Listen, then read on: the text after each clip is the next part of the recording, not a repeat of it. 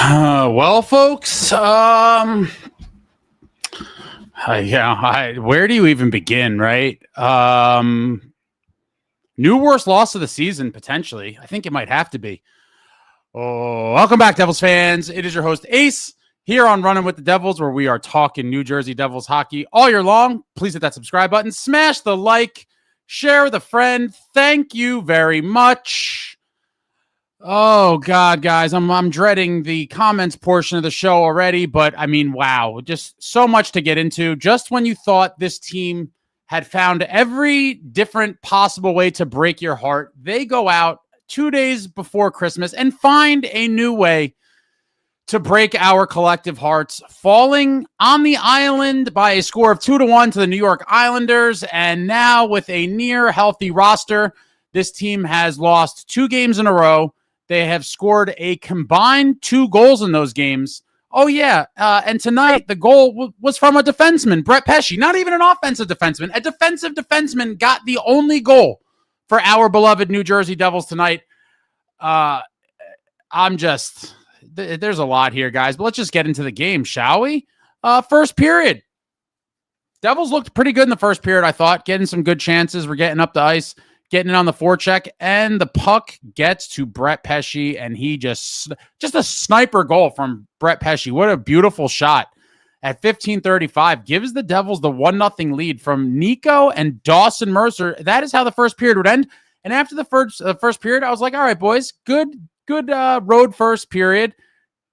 Go to the break with the 1-0 lead. And that was probably the best I felt for the rest of the game, for sure. Yep. Up 1-0 after one, we get to the second, and Markey just makes and it's hard to kill the guy. I mean, and you guys know I love Markey, but like, what are you doing, man? Coming out thinking he's the great Martin Brodeur. He's not. Most goalies are not. And as an aside, for those that are unaware, the newer fans, the great Martin Brodeur was the greatest puck handling goaltender in the history of the game, bar none. You could look it up on YouTube.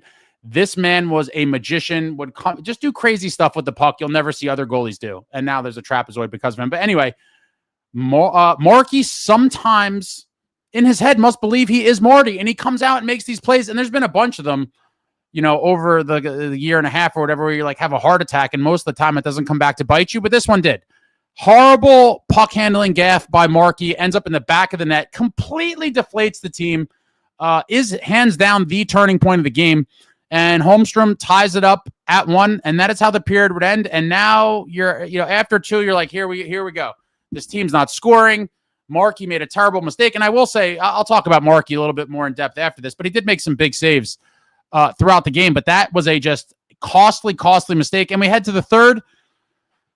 Back and forth period. Both teams had chances, and the back-breaking goal, Isles come in on the rush. They missed the first shot. They maintain possession, and then Pelech just rips one right through Markey at 18:46, gives the Isles the 2-1 lead, and that is the game. Contest. Absolutely devastating loss. Game stats. Devils 29 shots on goal. Islanders 25. Devils 55% in the faceoff circle to the Islanders 45%. Strangely enough, no penalties called in this game. You don't see that too often. A power play-less game. And again, it is a thing that we're hoping will kind of get Jack in the rhythm too. Get some power play repetitions and get it going. He only had 1 in the first game and none tonight. So you're talking about through 2 games, he's been out there for 1 power play. But, no penalties called either way. Devils 15 hits, Islanders 26 hits. Devils 20 block shots to the Islanders 13 block shots. Devils 15 giveaways, Islanders 14 giveaways, Devils with 1 takeaway, and the Islanders with 8 takeaways. The story of the game, absolutely disgusted. Anything really worth talking about on here? I don't even want to be on here right now. Mercer with an assist, 2 shots, a block. I don't even care about this. Dilly with 3 blocks, 3 hits. Dougie, 2 shots, 2 blocks, 2 hits. Brettpesce, 5 shots, 4 blocks. What a monster. Lukehughes, a shot, 2 blocks, 3 giveaways. And Markey, 23 saves on 25 shots. in a devastating loss, the new worst loss of the season. And I'll probably be saying it quite often because, quite frankly, as the stakes of these games get bigger, and no bigger stakes than tonight, obviously it's still only, December 23rd, but this is as big of a game on December 23rd as you could have. Us and the Islanders neck and neck in the standings, occupying wildcard spots at the moment. You all know how tight the division is. You know how tight the conference is. You know how every single point on this schedule matters, and how this team has already done a phenomenal job of pissing away points over the past several weeks. And at some point, something has to give. Oh, we go to the deserve to win meter just because why not? Devils deserve to win 61.5% to 38.6% for the Islanders. Oddly enough, that actually adds up to 100.1%. 0.1% over 100. I'm not sure how they got there, but you see the cluster. I like the shot cluster graphs is really why I like to see this. But Devils had their chances.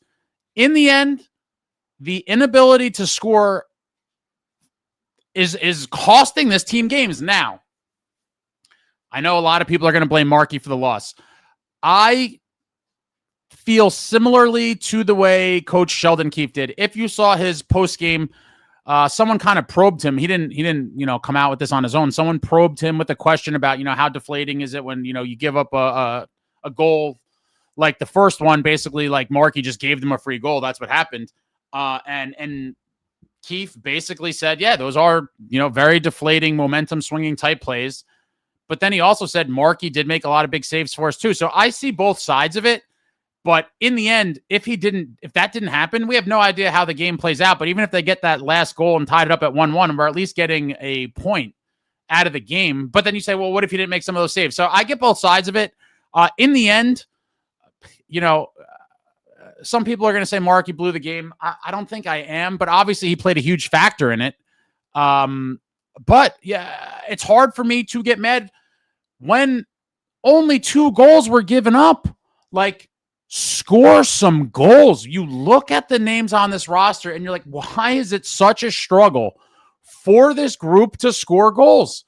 Scoring 1 goal a night. And the goal we got tonight, again, was from a defensive defense. And it wasn't even like, it was scored by Lukehughes or Dougie Hamilton.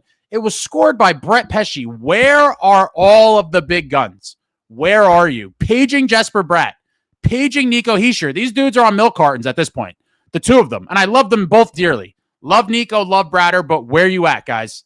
Where you at? Because when a team is so desperate for points, and more specifically, just Sahara Desert dry in terms of goal scoring, you must do something. You got to do something. I think Bratt has like 1 goal in 20-something games.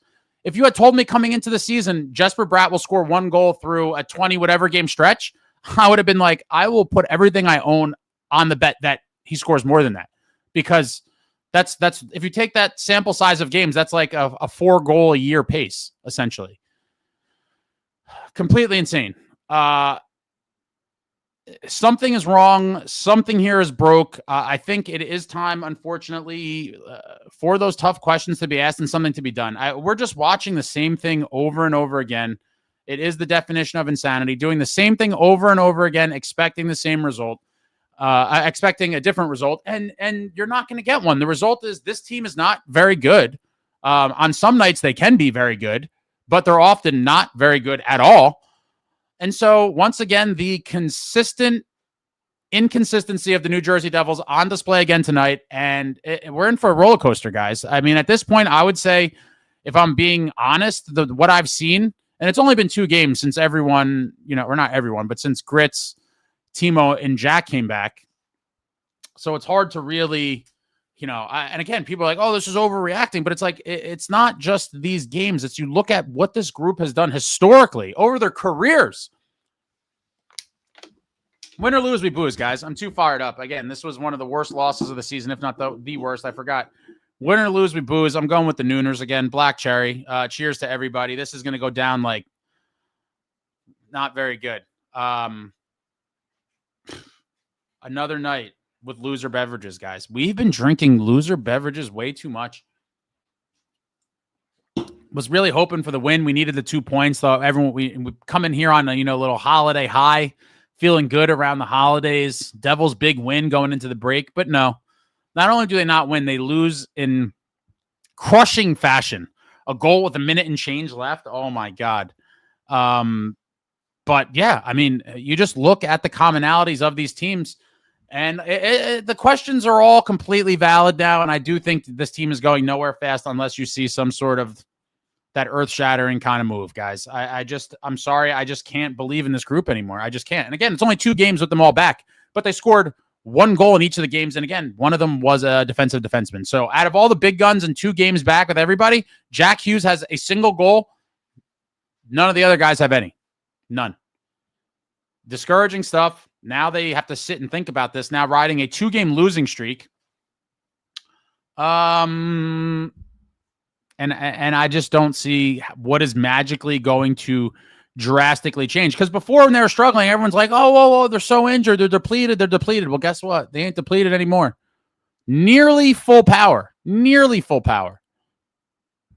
What do we have to show for it? Barely scoring goals and dropping massive games that you need. Oh, guys. I'm nauseous. Ryan and Respect, thank you for the super. This team stinks. Yeah, that's 3 words that pretty much sum up the scenario at the moment. This team certainly does stink. I mean, how can you defend them? You can't. It's not even just to score a single goal in back-to-back games. Ryan and Respect, again, this team stinks. Timomeier, thank you for the super. Cooked. Most unlikable Devils team in history. That might be a little strong, Timu, but I mean, this team is they're tough to love, and I still love them, but they're certainly making it tough to love. Scoring single goals, like where is the anything, the fight, anything, just anything. Someone show me you give a shit. Somebody. I don't think it's the most unlikable Devils team in history, though, but I certainly understand the sentiment. All right, guys. Disgusting night. Let's see what else you guys got here. Oh, yeah, the comments are pretty much what I expected. Scathing comments galore, and you know what? Winning cures all, right? If the team was winning, you guys wouldn't be writing these comments. Some of them are outlandish still. I'm just trying to get ahead because I don't want to get yelled at for, falling too far behind. But it's a gut-wrenching loss. And for those that blame Markey, what does he have to do? He has to pitch a shutout to win a game. Like, his luck has been complete shit. That Vancouver game, I mean, he played well enough to win that one. Yeah, and again, but I certainly can see the people that go, well, if you didn't come out of the net like thinking you're Marty, you would have won tonight's game. But you have to give him credit for the tough saves too. It's a slippery slope there in terms of that, but. He's been having terrible luck, but this team cannot score goals. And when you cannot score goals in this league, you will struggle to find wins. And this team is certainly struggling to find them. And it's just a nauseating feeling because it really does feel like watching a ship slowly sink. Slowly sink. Evan Spitzy, terrible loss. Yeah, I certainly would say so. I do think, given everything, it has to be the worst one of the season, at least for me. I could certainly entertain arguments for other ones. Oh, we got a big super. That NJ Kid, thank you for the super. Ace, this is a tough one tonight. I have 2 points this season. Failures at Fitz. I know everyone wanted Quinn, but there should have been a plan B. The best thing Fitz has done was extend Timo. I think we're all getting tired of saying it's not our year. Thank you very much for the super. Could not agree more. Now, I guess for me personally, after it, and again, this is, I'm not saying this is gospel or fact, but if you read all the stories and you've seen all the things out there, it certainly seems to me, and I will never be convinced otherwise, that we did not whiff on Quinn Hughes solely because Fitz could not clear the cap space. I will firmly believe till the day I die, I don't care what anyone tells me, that we blew Quinn Hughes because Fitz could not clear the cap space. Now, then the stories came out that Dougie was probably approached and maybe vetoed a trade. So after that all came out, I'm like, well, if we missed out on Quinn Hughes because of this, I have very little faith that we're able to move one of these contracts to bring in a plan B. Now, I'm sure in his head, which is a whole different topic, Fitz may have had some sort of plan B or C in terms of acquisitions, but if the money's not there, the money's not there. And I would certainly love to see improvements, but the reality of the situation is even with Dougie, that would cover Kovacevic and maybe like around $5 million extra. You're not going to be able to make the big splash that a lot of people are hoping. And let's be real, like, getting Quinn Hughes is a top tier addition. Anyone else you get, even if it was some of the other names being thrown around, while it's an improvement to the team, it is nowhere near the impact of player of Quinn Hughes. And so, it wouldn't really soften the blow for me personally. I know for a lot of people it may have, and there'd be other people that are kind of on the same wavelength with me. But it's a generational fumble. It is an all-time fumble, and we're going to see if he's able to find a home for Dougie. Like we've talked about, it's going to have to be a team with cap space that has a need for a right shot veteran D for the playoff stretch and the playoffs, and the appetite to pay most, if not all, of his $9 million annual salary.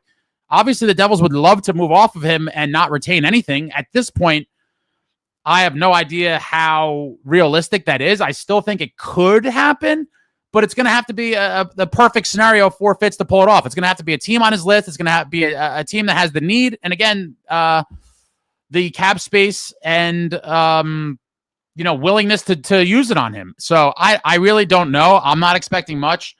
And my original prediction was that any moves we see are going to be more of the spare parts nature, the Sprong-esque type deals of the world. And again, I would love to be wrong. I hope I am wrong. Just like I hope I am wrong when I say that Quinn Hughes coming to the Devils is kind of a dead issue for good now as a result of the fumble with the trade.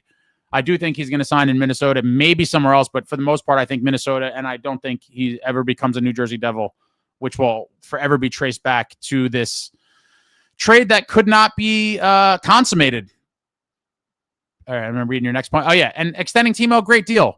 But in the end, where are the in-season moves to improve the team? We've seen what the last 2 years brought, and it seems like we're kind of heading down that familiar path right now. Again, no cap space, and so I'm not expecting much, but I certainly echo the sentiment that we are all getting tired of saying it's not our year. It seems like that is the yearly credo now, and like I've said, unfortunately, I do believe that the organization has completely adopted a loser mentality, and I'm sorry to say it. That is the truth. Making the playoffs is nothing to celebrate. Not making the playoffs one year, it's like, we'll get them next year. We got a high pick. Bullshit. The time to win is now. These are supposed to be the glory years.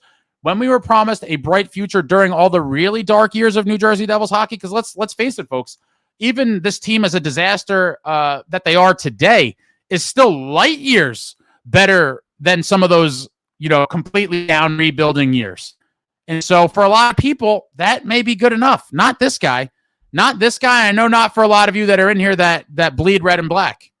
But hopefully something changes for the better. I don't have high hopes, but I certainly am getting tired of saying it's not our year as well. But thank you very much, that NJ Kid. Really appreciate it. Collect Records, thank you for the super. I hope Santa takes a giant steaming Taco Bell dump down Fitz's chimney tomorrow. Yeah, oh man, that made me laugh. That was a good one. Thank you for the super. I really appreciate the chuckle. I certainly hope there's coal in the stocking, and I guess the Taco Bell situation down the chimney would be fitting as well. David, thank you for the super. SST and Woodson could score more than half this team.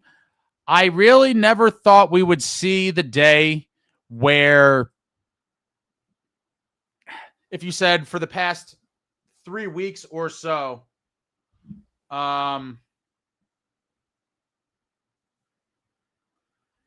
that the team's biggest pain point would be scoring goals, at least to this level, right? Like, what is that now? 6 goals in 5 games or something? I believe it's like 6 goals in the last 5 games. What is that? 1.2 goals a game? Like, that is absolutely grotesque and completely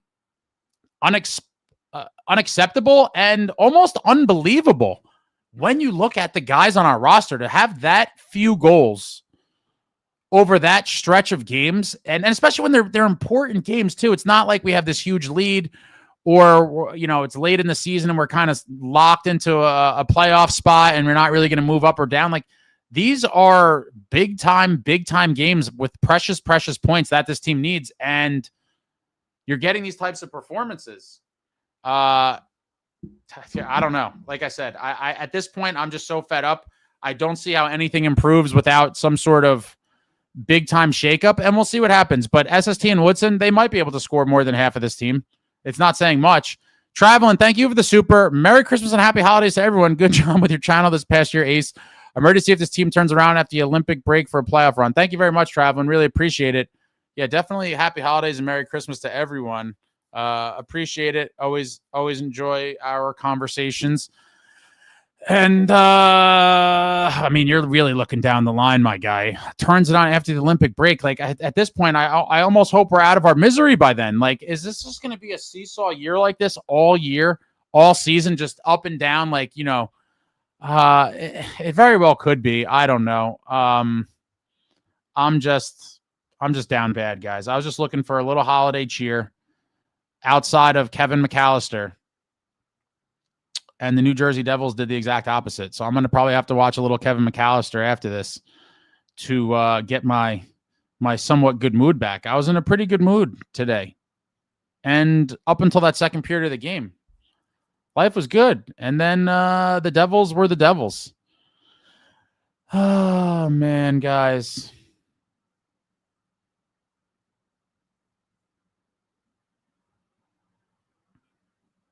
Suk says this team is not making the playoffs. I still think it's 50-50. Christopher, as an Islanders fan, I thought you guys were going to win after dominating the first. Well, I think a lot of us did, but even when you think the Devils are going to win, you still have in the back of your mind, like, are they going to blow it? How will they blow it? And it's unfortunate, but again, the consistent inconsistencies have kind of been the reoccurring theme of this team, and it's getting very frustrating. It's getting very frustrating, and I'm sure the guys are frustrated too, but at some point, something's got to give. Mateo, you guys really think we can win with this core? No. Look at all the contending teams in their cores. We are mid at best, not going to win shit, even with another 3C or whatever. I did think, and I don't know where I stand with this currently, but up until this season, I definitely thought this core could win with two of the right pieces brought in addition. And just for sake of names, I'm going to say guys, and I'm not saying these guys specifically, but like if we grabbed like a Tyler Bertuzzi and a Kadri, like two pieces like that, then I think this core, or at least leading up to the season, I thought this core could win. And I think with two guys like that, I still believe, despite all the deficiencies that they've shown, that they could win, but we're not going to get two pieces like that. Now, if you're talking about this core without ads like that, I will firmly say I am at the point now where I can say this core will not win at all without two ads like that, which at this point, given the cap space, are completely unlikely. But there was years to kind of put the right pieces in place. It never happened, and it is what it is. I will say that is part underperformance by players, and that is part malpractice or mismanagement. Timu says, I don't love any of these players. In fact, I can't stand any of them. I mean, come on, man. I'll always love the Soldiers, but at some point, it's just like, it's something's got to change.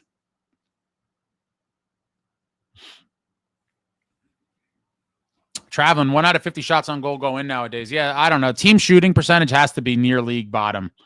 And goals scored for, I'm sure is near the league bottom as well. 21-12 NYC, the play in the second period has been killing this team. Yeah, they're getting steamrolled in the second for whatever reason. Just completely getting walked. No different today. I don't know if that is a testament to teams either having slow starts or maybe making adjustments after the first period, but it is a very strange kind of thing. Logan says, guys, chill. The future is so bright. Hold on. Let me put on my future's bright glasses. All right, guys. The future is so bright. M. Sharp, watching the Devils lately is like getting teeth pulled without Novocaine and not getting any painkillers afterwards. Yeah, you guys are down. I'm down bad right now. This was just not a great game. Just the way they lost. Lack of goal scoring. Top Jimmy, Keefe should take out a one-page ad in the Toronto Sun begging for his job back. I don't put this on Sheldon Keefe whatsoever. I've talked about this before. I just think that he is being failed by upper management, or at least was for a huge portion of his tenure with having to play so many AHL guys. Now he has a full roster, or near full roster. They're still struggling. And at that point, it begs the question, is the core broke like the one in Toronto? And we've talked about this before. I have to say, as a whole, yes. For whatever reason, they're just not going to get it done as a group. And it's probably time to move on. And some people will think that that's drastic, but there's a lot of people that will say it's long overdue. And I maybe foolishly held on to hope for entirely too long, because I guess in the back of my head, like I had just said a couple minutes ago,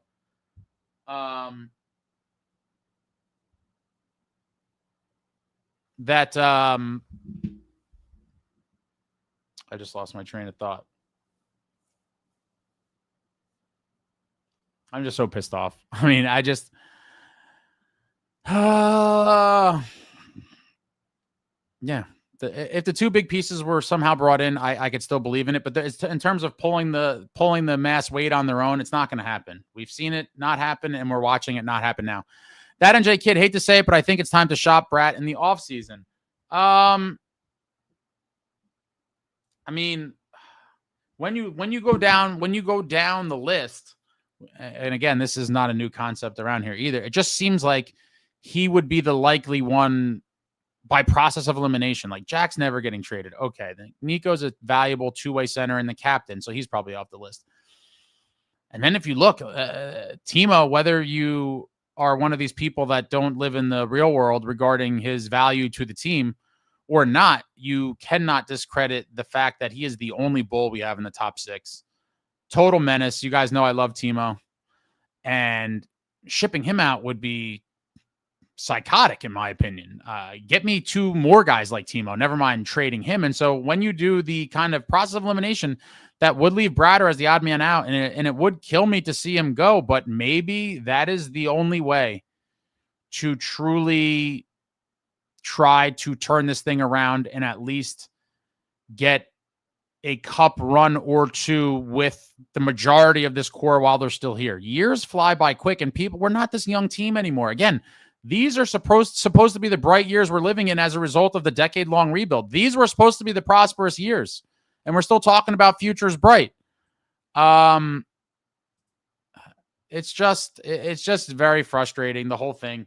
It really was just a great scenario for long-term kind of competitive window where the team was supposed to be able to be a legit cup contender, and it just has not materialized, and it honestly hasn't even been close. We've won a single playoff round in 13 years. I mean, my God, how pathetic is that? It is so pathetic.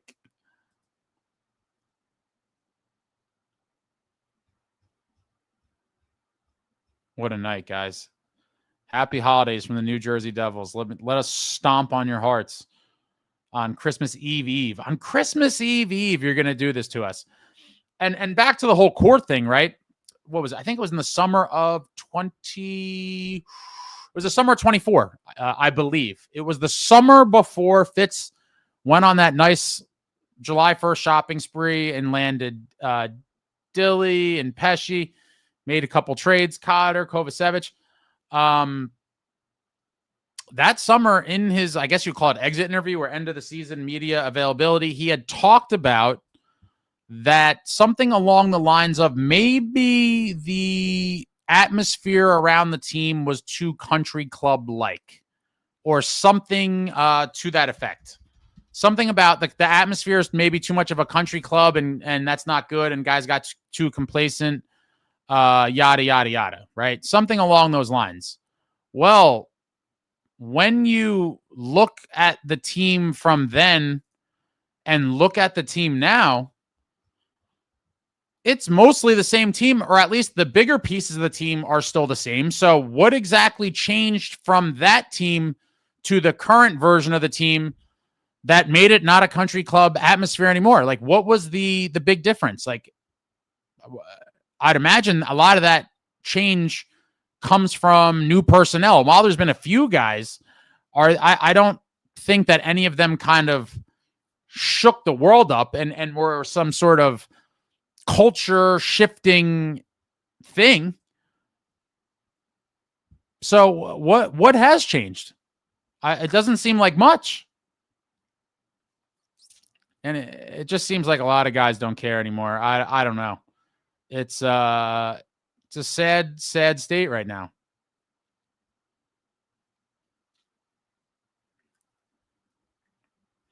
We're diving back in here. SJ says, I don't know. Markey allowed 2 goals. This team's firepower can't get 2 goals. Yeah.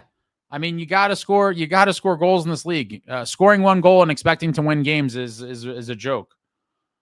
It is a complete joke. Richard says, last thing on these guys' minds, regular season awards. The sole focus is on the hardest trophy to win, the Stanley Cup.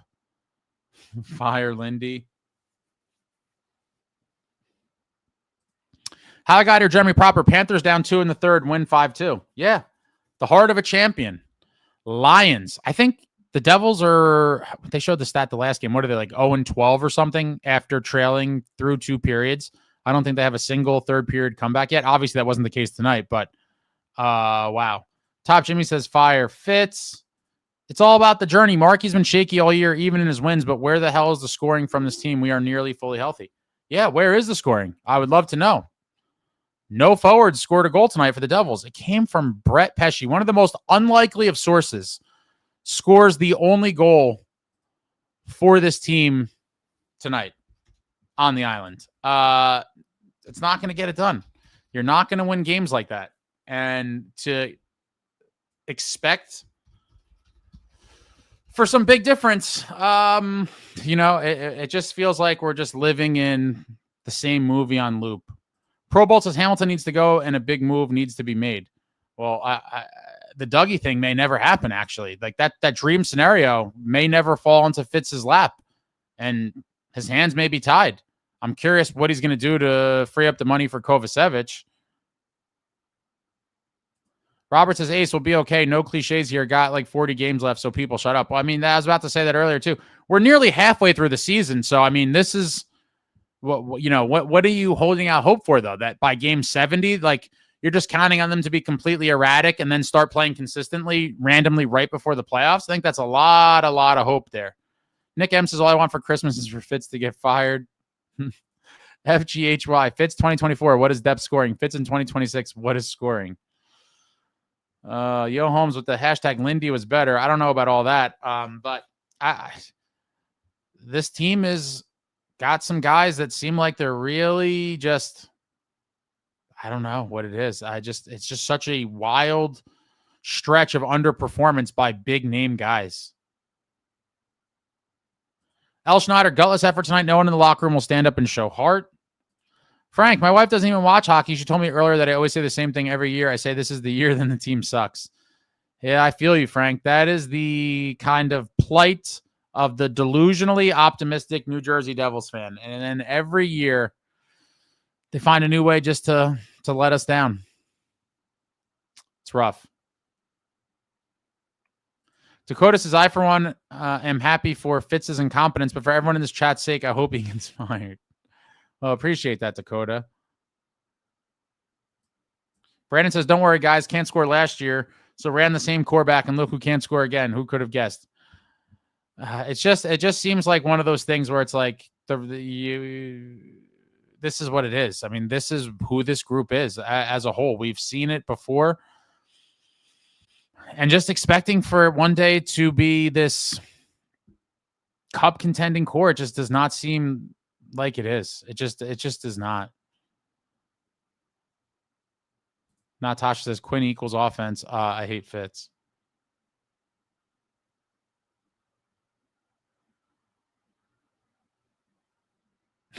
Jesse says, I love it every night for the last 5 years or so. Bryce says at some point they need to play all 60 minutes or they need to win puck battles. Pretty sure he said that every game, nothing changes. Yeah, I mean, it's a lot of the same stuff. Just over and over and over again. Robert says, Ace, you're giving up on the season. No, obviously not. I'll never give up on the season. But it's just, in terms of my expectations now, are super low. Realistic expectation right now.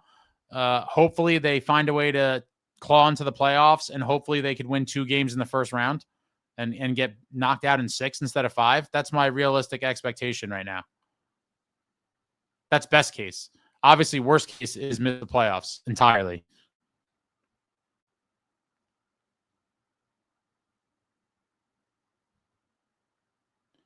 Running with the Woodson says the next 2 years are a waste with Markey anyways. Are you that down on Woodson? I mean, on Markey, you don't think he's capable of winning games in playoff rounds?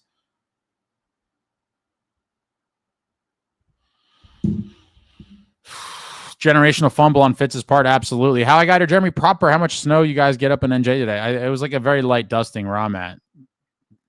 I don't even think it was an inch. It was just enough to make a mess and make moving around congested northern New Jersey at this time of year even messier with a little bit of the condensation.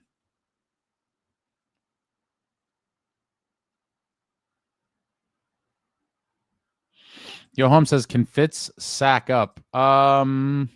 He has no money to, really. I mean, I guess, yeah, technically, if we're talking about like one of the earth-shattering trades, that would signify sizable salary going out. And so in that scenario, he could potentially make a move, but he doesn't have it in him. Let's be real. He's not trading a core piece.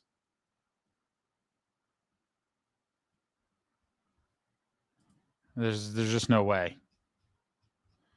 I would be beyond shocked.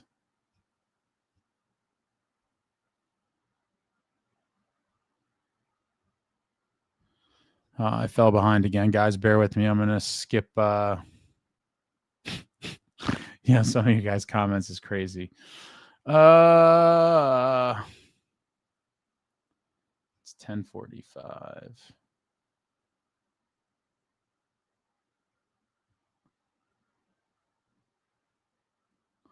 Both home alones. Snow Devil, if we're not bringing a significant piece, then we should break up the core ASAP and rebuild. Management is okay with us being the Jackets. Terrible. Rebuild would be just the ultimate sign of failure. I mean, wow. Rebuild? You guys are already talking about a rebuild? It's way too soon. Jeremy Proper says, unload everyone, start over. George, I don't know what shakeup they need. Something.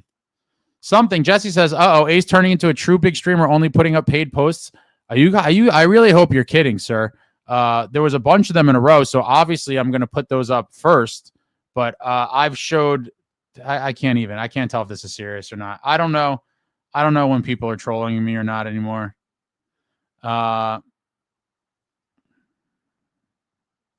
Merry Christmas, Harry. Happy Hanukkah, Marv.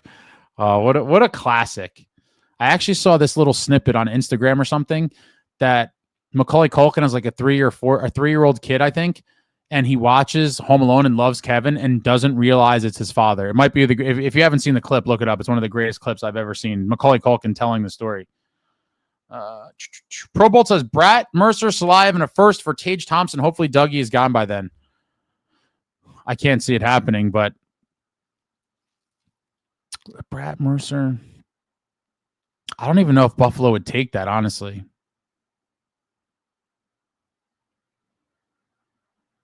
Saddam Hussein Fitzgerald says core needs to be shaked up. This isn't it, man. I think I've seen enough. I think I'm tapping out. I just can't keep buying into false hopes anymore. I really, really cannot. Robert says it's not like we're getting blown out. Close games. Yeah, close games. They're not even scoring goals, though. Like, how do you... This is a huge game. Coming off, Jack, Timo, and...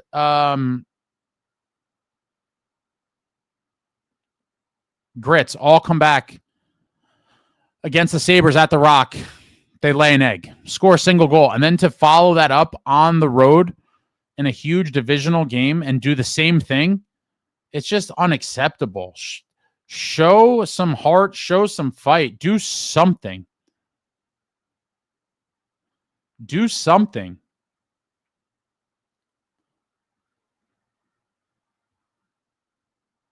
Timomeier, I'll eat my shoe if the Devils make the playoffs. Snow Devil, look at the bright side. We're probably number one in the league at finding ways to lose. Probably. Finding different ways to just step on our fragile hearts.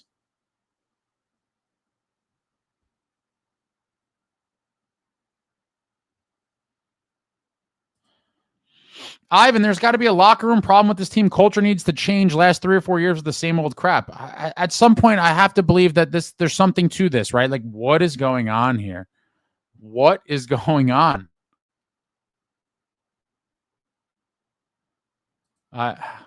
We don't have the answers, and we may never. David, thank you for the super. It's time to question Keefe. Never makes offensive adjustments. Overly relies on power play, not just this season. Yeah, but what exactly do you want him to do? He's tried different lines tonight, which I have talked about a million times. I do think Grits on the third line is a good look.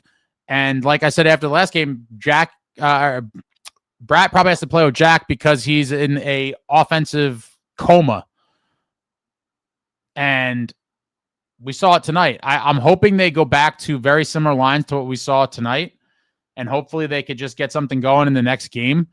But it's certainly, at some point when players are shooting like horrifically low rates, like what can Keefe do about that? I'd be curious to know what exactly you want him to do, David. Like these guys cannot score goals. Outside of him shooting the puck for them, like what is he supposed to do?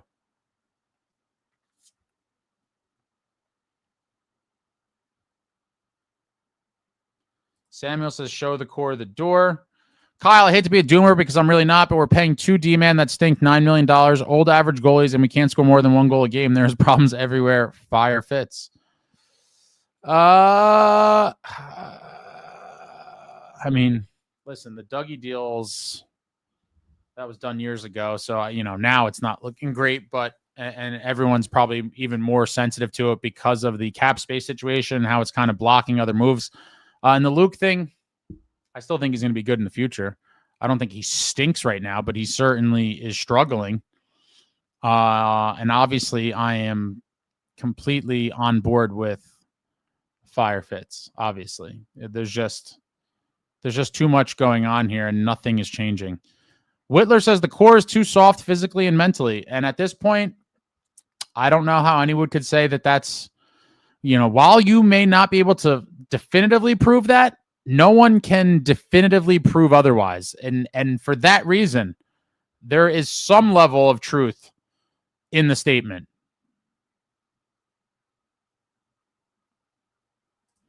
Jack, Ace, at what point would you blame the coach? Not saying I do, but I'm just curious. Is there something you would have to see or not see that would make you say, hey, let's look at Keefe here? I think most of his, or the cause of most of his, I guess, lack of success overall since being here is that, number one, he has been forced to play a handful of AHL guys in a crazy percentage of the games he's been behind the bench for the Devils. Even if you look at the playoffs, look at his everyday lineups, and a huge percentage of the games he's coached here have had a way too many AHL guys in it, number one. So that's obviously a recipe for disaster. Number two, everyone here is kind of now saying, oh, the core is broke, the blah, blah, blah. And sadly, I think that is true as well. And so when you combine those two things, just from hearing Keefe talk and being very kind of aware, even during the winning streak, he was saying there was things we have to clean. I mean, you could tell he was very, I guess, still critical despite winning some games, and that there was a lot of things he did not like. And there was, I forget what game was after, where he said, like, yeah, we've talked about these things, but until guys start doing it, like, it's not going to get the result we want, or something like that. And so I do think there's a whole lot of things at work. At some point, would I potentially consider him as part of the blame? Maybe, but I don't think I am remotely anywhere near that point at this point. I think you look at this team and you say, this team has struggled for X amount of years. At what point do you stop looking to scapegoat coaches and say, what is the commonality from all these teams? And you look at the core. That's it. DMW, let's give Ace a thumbs up for enduring our collective misery. Thank you. I appreciate that. Hit the thumbs up.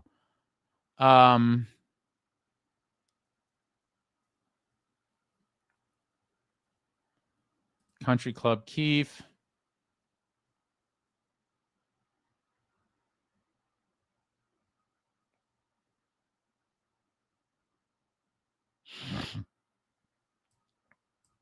Lewis says, I think Brad also has a full no move clause. I believe he does as well. Yeah, they're not going to, but even if he didn't, I don't even think Fitz would attempt to trade him. But, you could always go to guys and ask. We got a new trade proposal. Hischier, Brad Salive, and a first-round pick for Thompson. Whoa, that seems like that seems like an overpay. Post-game interview dropped 10 minutes ago with Keefe. That it was televised.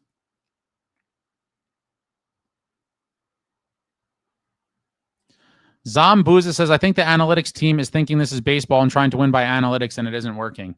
Well, you guys know where I stand with that. I firmly do not love the over-reliance on analytics that I think has sort of taken over the league, and maybe sports as a whole in general. I do think, there is a lot more than just these analytics and these charts and these graphs. People will disagree, but I do think that this team for years now has heavily relied on analytics, and you could just look at the results of the team to, use your own judgment. And what is your fair report card of this team for the past however many years you want to go back?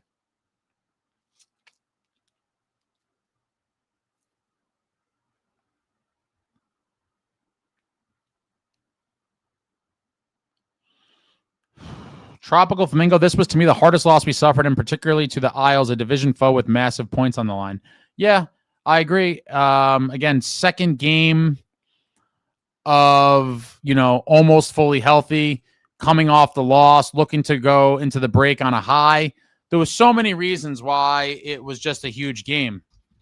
And to come out and put that performance up is just... it's unacceptable.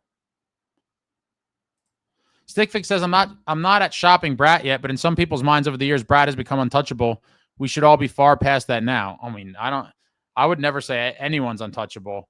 You guys know my theory that if there's a trade to be had that improves the team, there are no untouchables. But I don't think anybody would still defend that point if they were saying that in the past. Maybe they would, but I do think a lot of people, as a result, and fairly or unfairly, as a result of this kind of drought that he's been in, have been like, is he the guy that we thought he was? And who knows? Maybe he is. He's still, maybe he is hurt. A lot of people speculating he got injured when Ovechkin crushed him. Evan, thank you for the super. Thanks for being here during this tough time. It's been rough, Ace. Even when we're winning, it's 2-1, not scoring a lot. Markey has been better. I'll be at the game on Saturday. Yeah, thanks a lot, man. Yeah, this season thus far has been a complete emotional roller coaster. After the opening night in Carolina, they go on that heater, and it really made us all, at least me, like I said, it was fool's gold. I definitely bought the fool's gold. I was loving it. I thought it was just kind of a manifestation of what we were all wanting for so long, and it was finally all coming together, and Connor Brown was going to be this massive piece for the bottom six. And shout out to Connor Brown. He's had a monster season for us. One of the better offseason signings for Fitz, I would say, in some big moments as well. But not enough. And here we are again, just kind of on a wild season where there's going to be a lot of inconsistencies. We're going to see great performances some nights, and then we're going to see performances where you're like, well, does this team even care? And Markey has been pretty damn good in his last few starts, but he's had some awful luck. Really awful luck for Markey, really. I mean, wow. Bonzo says, what are they waiting for? Break this team up or nobody buy tickets? Yeah, sometimes the only way to voice your displeasure is to do something like that. John and J Devils, Merry Christmas, Ace and Devils Nation. Can Santa bring us a team like 2003? I don't know if that would fit down the chimney, but wow, what I would give to have a team anywhere near that level of competitive fire and desire to win. What a team it was, and how far we've fallen since then. How far we have fallen. Unhinged Devs fan, Sabres won again. They're on a 7-game heater. Rags won, Buffalo 1 point, and 1 game played behind us. Yeah, this is all what, I don't live in the day-to-day. Like, I'll talk about it, but a lot of people get like, oh, we're in the wild card. Now we're out. I just, for the past couple of weeks, have said we're one, another kind of lose 5 in a row or lose, 6 of 8 or 6 of 9, slide away from kind of falling down to a point where you can get nervous. And my biggest fear is that if that happens, the punt team comes in and they just say, well, better luck next year. We were injured and this and that. And maybe next year's the year.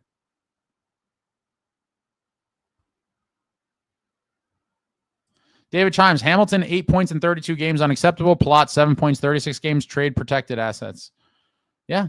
The trade protections handed out to virtually the entire team are now really stinging the Devils in their time of need and preventing them from making any moves. I mean, it is what it is. Here we are, right? Future's bright, though. Future is bright. Jack McCabe says, too many euros. Sorry, captain especially needs to be North American. I would like to see some more feisty North Americans. I just think, I don't know if I'd necessarily call it Euro, but I know what you mean by that. And it's just the skill. There's just repetitive skill, finesse guys, and that has become the identity of the team, unfortunately. And it's just not a winning identity. It's just not. You need to have a well-balanced lineup that has some of those nasty guys with skill in it, and like we just don't have it. We just don't have it. And it just seems like the will to win is not there either. Like these top-level guys, like where are you guys? Where are you in our time of need? Samuel said, I used to say trading this guy or that guy would kill me. No one is going to make me say that at this point. Completely agree. Completely agree. And how could it? You'd have to be crazy because at this point, what have these guys ever done? The reality is they've never done anything. And I hate to be that negative, but a lot of people are getting very kind of, nostalgic and emotional. It's like, what have these guys won besides a single playoff round? They've won nothing. They've won absolutely nothing. And it's devastating. All right, I'm super far behind now, guys. I apologize. I'm going to speed up a little bit. You guys are very chatty, and I imagined you would. Nights like tonight really suck. Like this is going to really mess me up. I thought I was going to make a nice hot chocolate after this, eat some of my snacks, watch Kevin McAllister. And now I'm just going to be like, what the happened to my team? What happened to our beloved New Jersey Devils? What happened?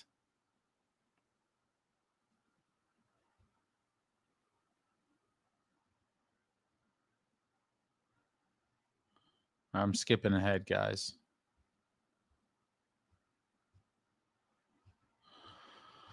Oh, man. New York Devils says trade Mercer for a can of Dinty Moore Irish stew. I still like Mercer. But, he gets streaky too.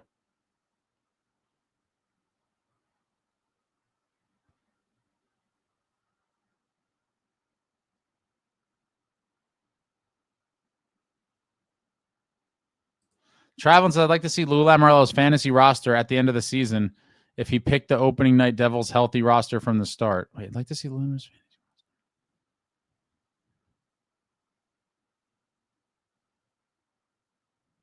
I don't understand what you mean by that. I'm thinking about the fantasy.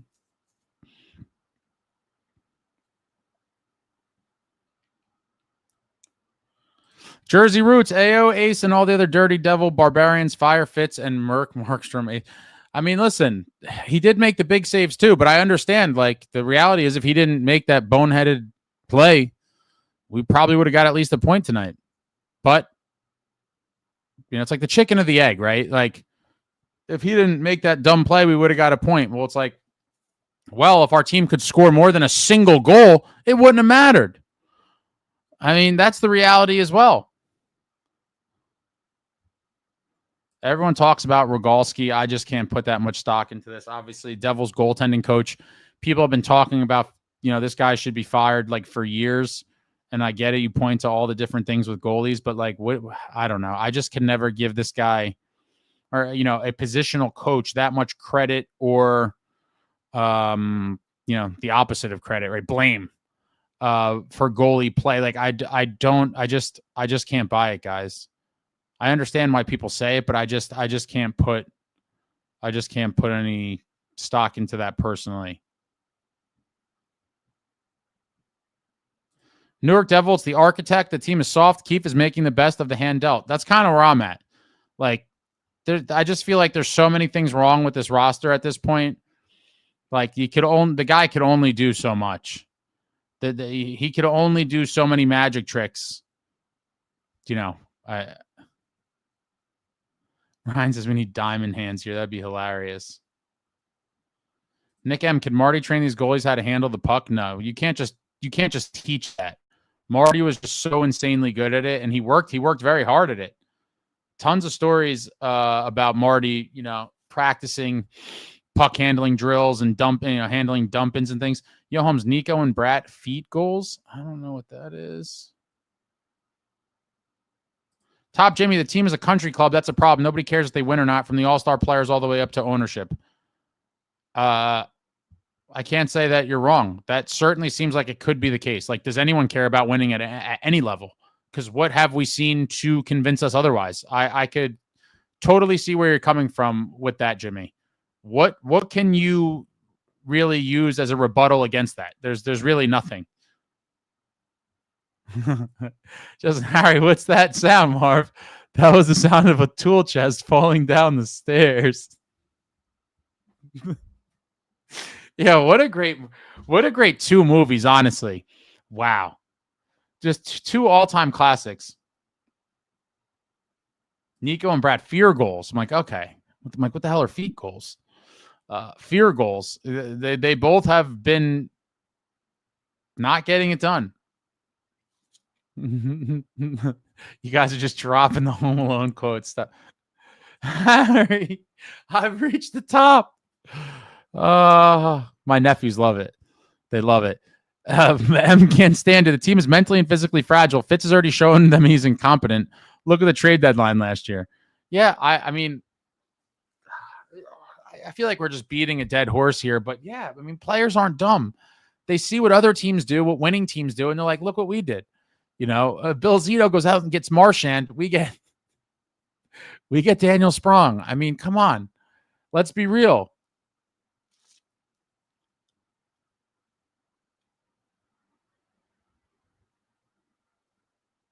And you guys are so negative tonight. You guys are really bringing me down. I was already negative, but now I'm going to be even more negative. Oh, man.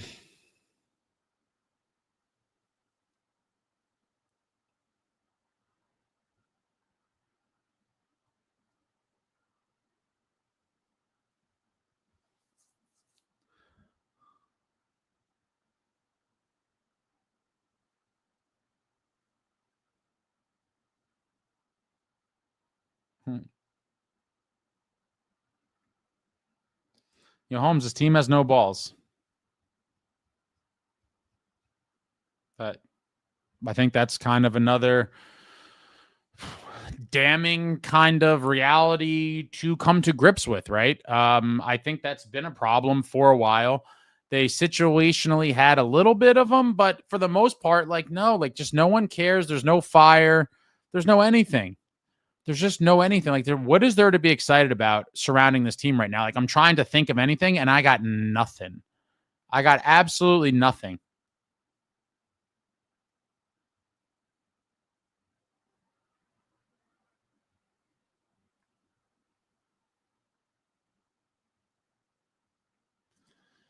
Yasuo Phoenix overpay for Thompson. This team sucks. I'm kind of at that point too, right?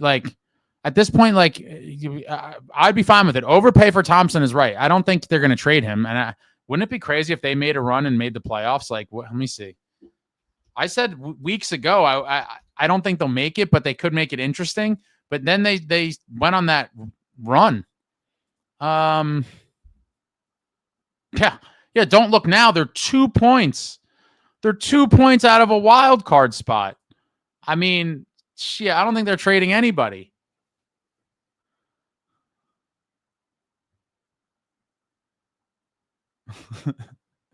Fitz gave the hot dog vendor in section 222 no movement clause. Yeah, I agree. They're right in the race now. I can't see it. Robert says, if I was ownership, Keefe is gone. Got to shake it up. Got nothing to lose. Why would Keefe be gone and not Fitzgerald? This is the crazy part. Like, Robert, why would your mind go there? If you're ownership, who's the guy that's been a constant here? Fitzgerald. He's been a constant. To skip over him and go to Keefe is insanity. How come Fitz doesn't talk to fans? I mean, where would you want Fitz to talk to fans? I think the bigger question is, why does he hide from the media?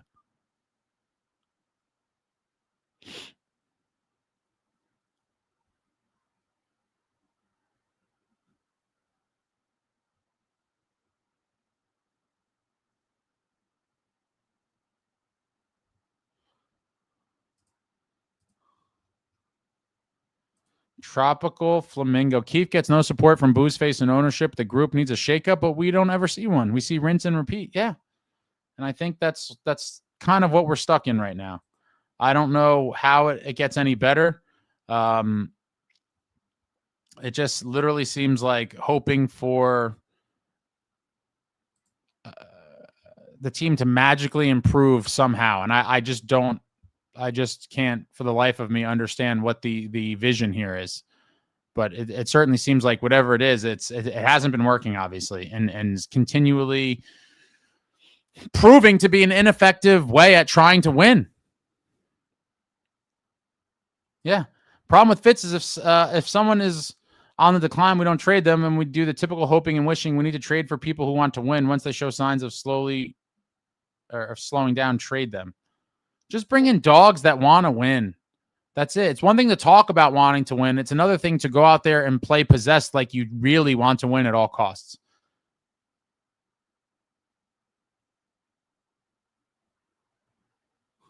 Red Devil says, Fitz doesn't talk to the fans because there'd be a serious assault by mob offense being investigated by the state police after they stormed the podium and carried him off.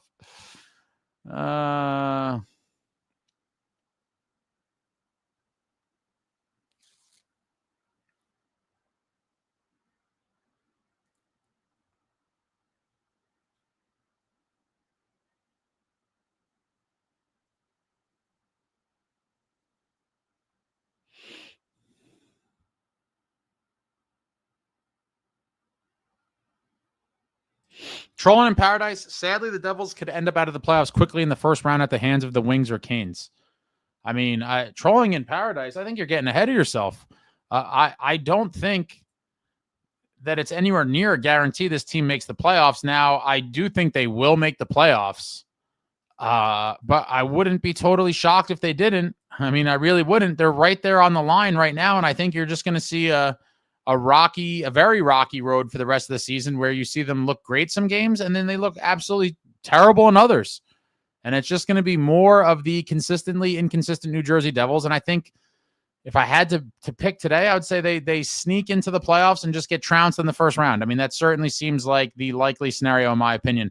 Red Devil, Fitz would only speak to fans remotely or behind several inches of ballistic glass and a large security detail, especially after he botched the Quinn trade.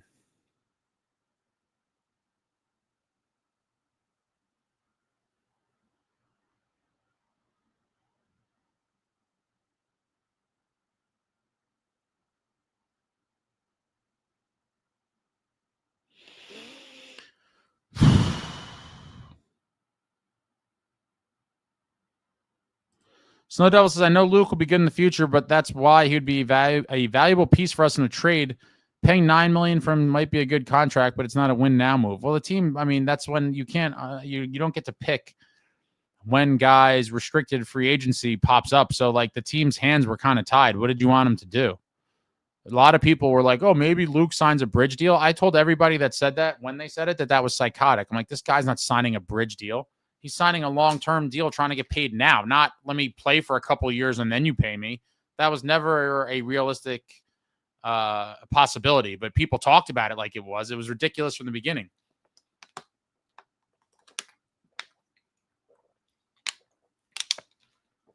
But they're certainly not trading him. So again, any talk about trading these guys, it's just ridiculous. Presify, thank you for the super. Give Stephen Hawking a pair of skates and a stick, and he could perform better than this team. We're cooked. Blow it all up, taking a break for a while. Yeah, thanks to the super. Certainly understand the frustration. It has been ugly. It has been very ugly. There is no way to sugarcoat it or pretend that it's not. It has been a very, very ugly brand of hockey for the better part of at least a few weeks now. And I don't know where the end is coming. You know, there is no end in sight, because the one thing many of us held on to was, there's no jackhughes, and then there's no timomeier and Gritsyuk. But then they all ceremoniously come back in the same game. The same game that we only scored a single goal in, and then followed it up with another 1-goal outing. And it wasn't even from any of those guys. It was from brettpesce. What a time. What a time. Yasuo Phoenix says at least they came in second tonight. Saddam Hussein Fitzgerald, we're the definition of Instagram hockey.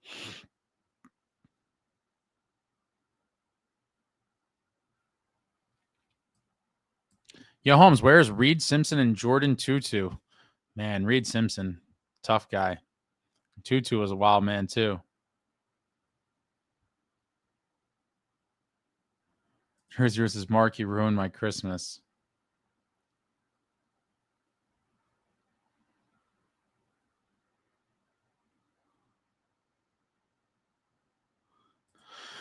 Washed Up says, Timu Ace with these hot takes on Mercer. He needs the boot. Along with Brat, Plot, Hamilton, Markstrom, Nico, sell it all, burn it. That's my hot take. Well, you're burning down everything, huh?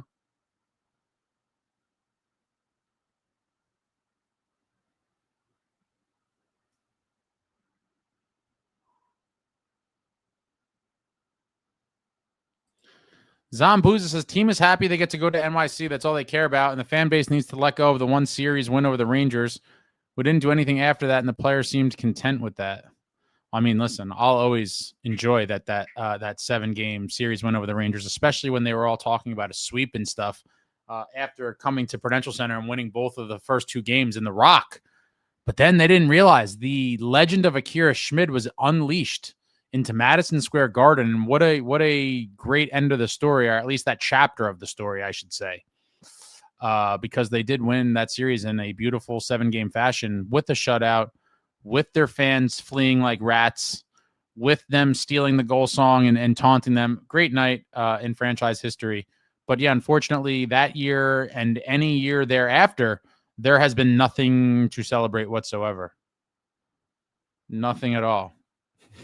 Yo, Holmes, you're crazy. Cell block C. Oh my God.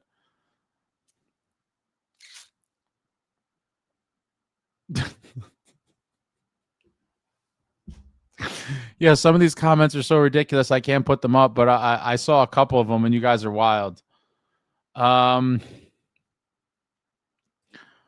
95 says, I feel like Markstrom is done, but Boozeface will burn the season rather than admit he was wrong.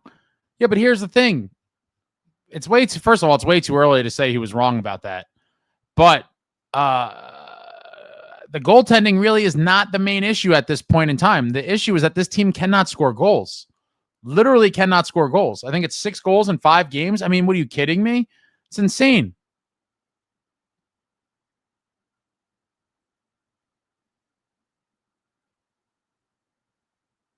Team says, I think I'm going to take a break from this team. It makes me angry to watch this team. I can't do this to myself. I'll never be able to look away, but I certainly understand where you're coming from. I certainly understand where you're coming from.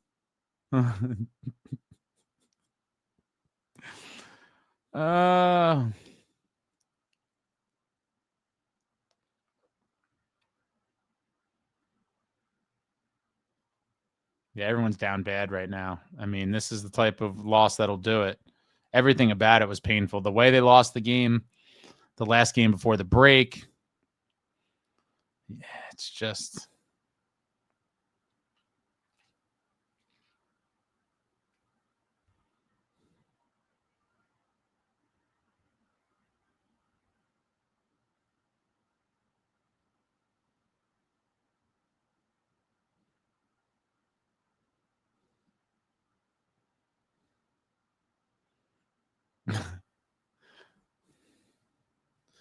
Garrett Saunders says, I think the big hope is if we are all healthy, we could go on another big win streak, which is literally just such horrible cope. I just, again, because this team is so inconsistent, is it possible to put together another win streak? Sure. But I also think it's almost as likely to put together another losing streak. So what does that really mean? Because unless you're going to tell me that in, sometime in April till June, they're going to go on a streak where they win, 16 of 22 to 26 games, whatever it is, and win a Stanley Cup. What are we even really talking about? A team that could win a bunch of games in a row and also lose a bunch of games? It's not cup winning hockey. Dubs is like Fitzgerald roster building hopes and wishes.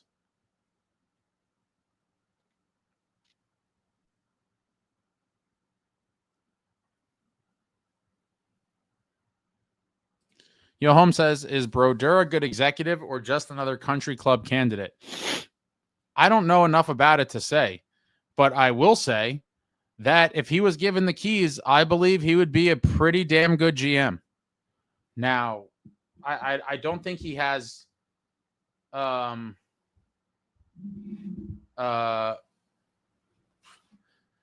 enough decision-making ability right now for us to say firmly if he's earned the title of good executive or not. But I do believe in the right scenario, he would be a very good executive, even GM. Right now, he potentially could be a country club candidate for all we know. I mean, he's doing whatever they're asking him to do. So in that regard, he's doing his job. And I think a lot of it is giving insight and thoughts into many different things of the organization. But in the end, they're going to take his feedback, and value it however they feel necessary. And so for certain things, I do think in the end, the analytics department will be the primary factor in a lot of decisions or non-decisions, for better or worse. And in my opinion, it's been a lot of worse. The track record for this team speaks for itself. But in a nutshell, Yo Holmes, I think if Marty was given a GM gig, I think he would be a pretty damn good GM. Trade for Kadri and Lomberg. Oh, my God. I would light off fireworks, kids. You don't even know. If we got both of them in the same trade, I could never see it happening. But my God, would I be thrilled. Beyond thrilled. I don't even think the locker room would be able to handle those two guys. I think it would be like I don't even know. I think certain guys would just not be able to handle it. It'd be too much. That's just too much fire. I would love to see it, but I can't see it at all.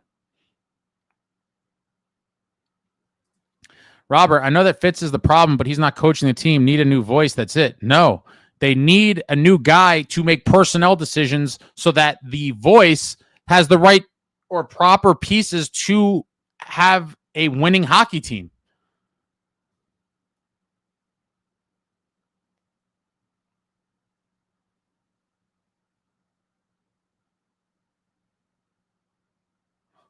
I made my family disappear. Snow Devil, there's no vision for the team. We could play like the Jackets so long as we have two Hughes brothers, because that's all management cares about. I do think the money is the motive, but brothers are not. It just unfortunately, when you see such, onus put on when you see these lists, they posted Prudential Center as the 9th highest grossing revenue or highest revenue of venues worldwide. Like, that's their real report card. It's not the Devils record at the end of the season. It's what does that cash money look like? And the cash money's been looking good despite the record, not so much. Carlos, how many more games could we lose until it's really not a chance to get into the playoffs? Oh, we're so far away from that, Carlos, but they're certainly in danger. You're talking about when would they be mathematically eliminated? Not for a very long time, but do you really want to get to that point? That would really be. David Chimes, thank you for the super. A line of Larry Flint, Stephen Hawking, and Christopher Reeves could improve our offense. It's that bad. You guys are just. But this is what happens when your team is very, very bad. Very, very bad. Jeremy Proper, 58 minutes, 45 seconds, not enough tonight.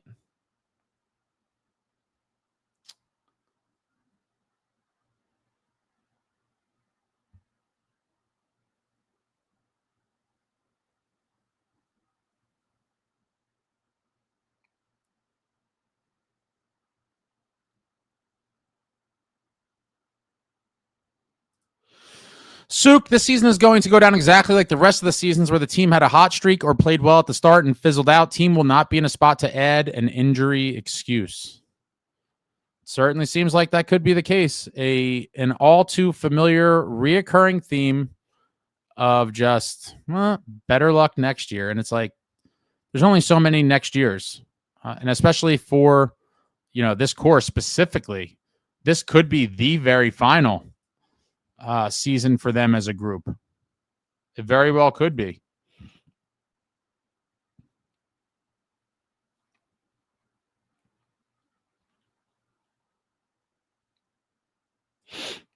M can't stand you. I'm in the big move. I'm in the make big moves now. Cam, call up some of these AHL guys. They at least show motivation when they get called up.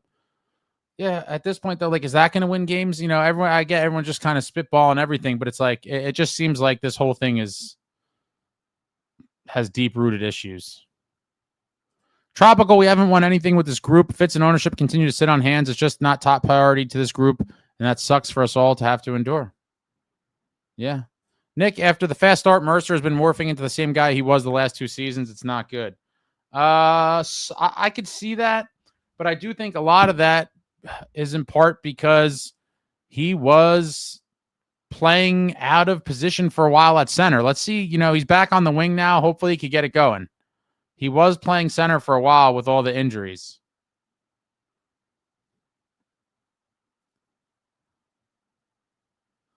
Jeremy Proper says, maybe just the break is the reset we need. I personally doubt it. Yeah, I can't be that optimistic. Like, oh, it's all going to be fine after the break. There's always a justification, and I get it. We try to piece together something in our heads or some sort of rationale, how it's going to be okay, how it's going to be better, how it's really not that bad. There's still plenty of hockey left, yada, yada. But this is all just personal coping mechanisms with the trauma we've been put through. That's what it is. Claude Lemieux was a player that would have scored tonight.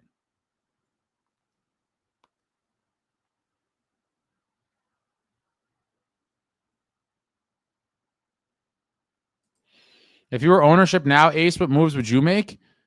Fire Tom Fitzgerald yesterday. Fire him 2 years ago.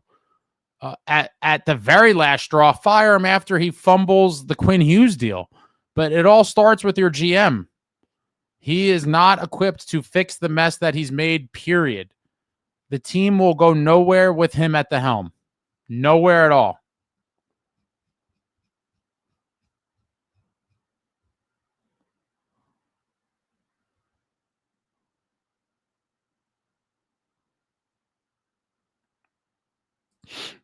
New York Devil, how about the games where we look so unbeatable? How did that happen? I still think there's going to be games where they look like that. And hence even a higher level of frustration from me, because when they play well, they look like a well-oiled machine. But then when they just dog it or whatever you want to call is happening now, they look absolutely terrible. And so I do think we're in for a rest of the season that is going to look just like that. On some nights, you're going to be like, oh my God, this team can win a cup. And then there's going to be the next game, you're like, oh my God, this team looks like a lottery team. And in the end, if you are wildly inconsistent, you're not a good team. You might be good on some nights, but if you're not giving that effort consistently, then you're not a good team. You're not. Devil Dog says, Ace, the Sunday night will be the 1-year anniversary of the Marty Natchez flop in Raleigh. Saturday night home Saturday night game, home and home series. We haven't been the same ever since. That's certainly when the season last year just started nosedive. What a weird season, right? Wow, they look so good. That the last two games at home before that were the Rangers and Hurricanes, and they were both just exciting wins on home ice. And then we went to Raleigh, and it all just tanked.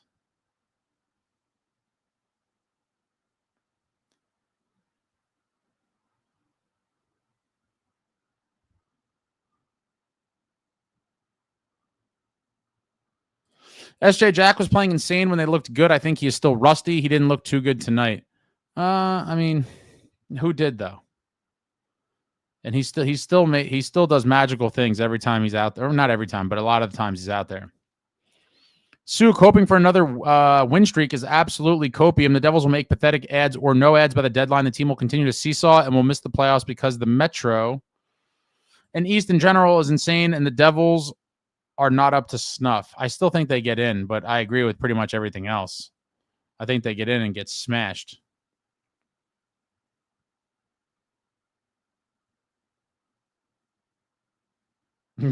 M. Sharp said ownership just brought in Jack's girlfriend. That is where they're heading.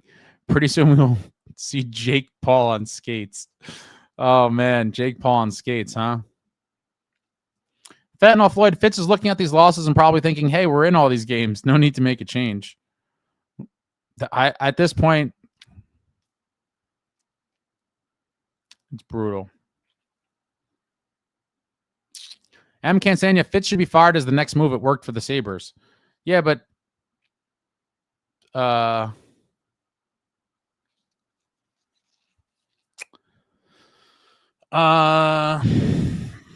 they already said his job's secure. So, and they support his vision or whatever the hell they said as a statement that he has. That was it like that he has their full support or something. He's not going anywhere anytime soon, guys. Lomborg is a dog. Yes, he is.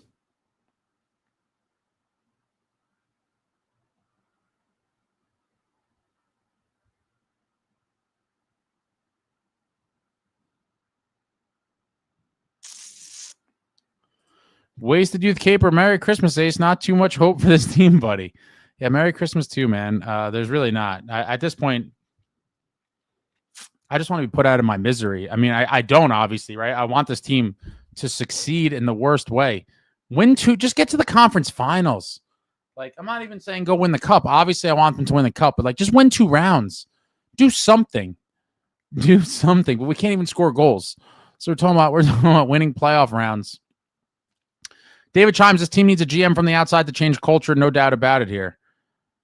But sadly, a lot of team culture is created by the players. And so in the end, if you're talking about a new GM, and it definitely needs a new GM, obviously, my thoughts couldn't be clear on that. For the culture to truly change, it's going to have to involve some of the players being put out to pasture as well.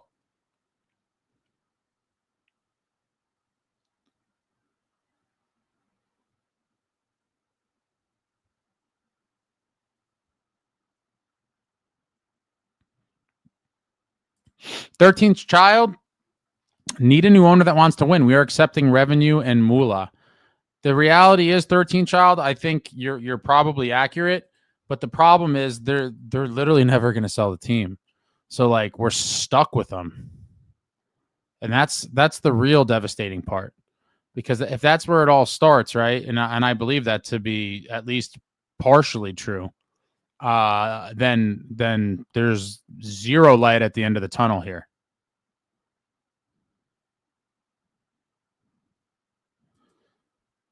If no help in 2 to 3 weeks, I think we're done for. It's possible. XHRM, Fitz belongs in a jail cell. Forget a firing. What's going on, Maria? What up, Ace? The Markey mistake was a momentum killer. Boys need to be stronger with managing momentum swings. Then it becomes mental. Yeah, yeah, it just sucked. As soon as he came out, I was like, oh, God, please don't let this one bite us. And then it kind of hit Siegs or whatever. It's just a messy play all around. Like, goalies just need to not believe that they're Marty situationally. Like, I know you think you can make the play and you thought you had timed it all out, but my God, what a high risk move and totally gifted goal to the Islanders.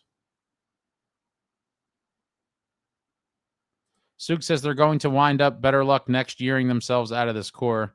It's quite embarrassing to be a fan.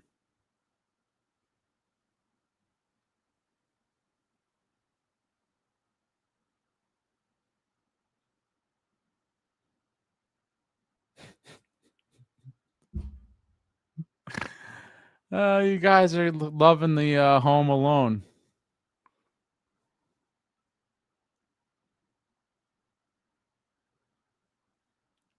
Snow Devil, why would Nico resign here? Why would anyone with another option sign here? I mean, if he does, it would tell me one of two things. Well, or the main two things would be he either really, really enjoys this area. I guess you could say he believes that he could win here, which would, is a hard sell, but maybe he's kind of coping harder than we are, or it was just a safety thing because the Devils could obviously sign him, a good chunk before he would become a free agent. And so a lot of times guys will look to secure that money when it's there and the Devils can sign him first.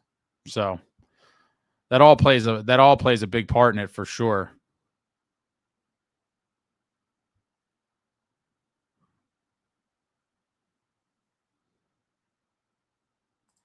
Suk, I mean, let's be honest. The real root issue here is the franchise is still making money, so no change. Give it a bit of time when we go back to empty buildings, and then maybe we'll see meaningful changes. Maybe.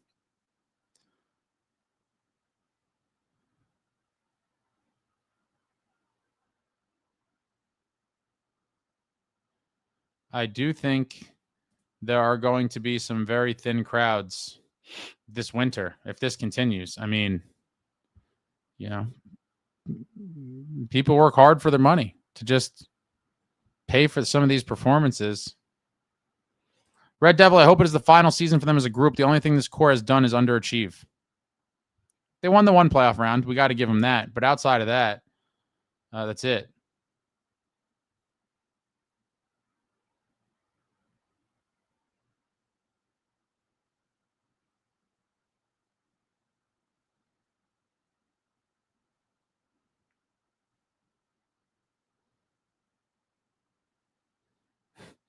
Tired of stress. It's going to be fun when this team finally breaks up and we watch these guys go win Stanley Cups with someone else. It could happen for some of them. And for some of them, I would hope that they do. Assuming the Devils are out. I don't wish ill will on anyone. But they're not going to be doing it on their own, obviously. They could be catching on with teams that were already contenders and they become a valuable piece of a contender elsewhere. That certainly happens in sports all the time.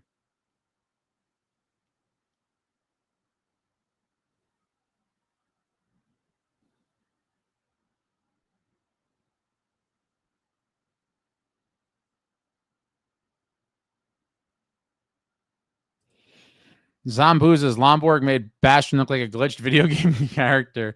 Definitely need a fiery guy like him. Yeah, obviously referring to that fight where he kind of had him pinned up against the boards and was just wailing freely. Poor Nate had no response and was just eating bombs. It resulted in a broken jaw for him, which, again, super unfortunate. Lomborg is just an animal of a man. Would love someone like that on the Devils.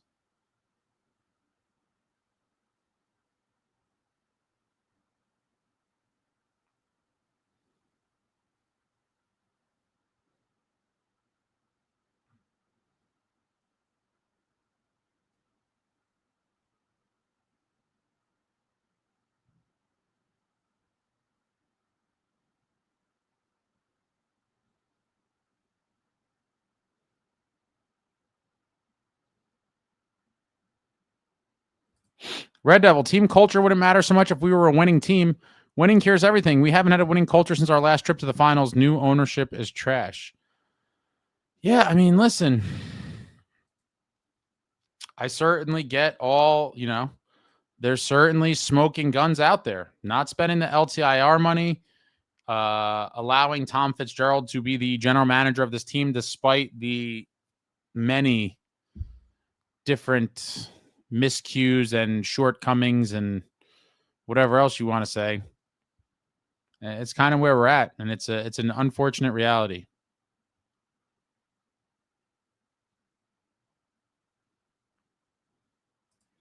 Coaster Crack says, move this team back to the Meadowlands. Newark is cursed.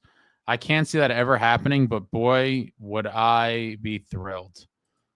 I wish there was a way. I wish there was the way. The only way I could ever see it happening is if you somehow proved they would make more money, which I think they would, because then they could do even more shows at the Rock, and then they could just have the Meadowlands thing as just hockey, which would be great. But it won't happen. It would be awesome, though. But wow, the old arena and the old experience.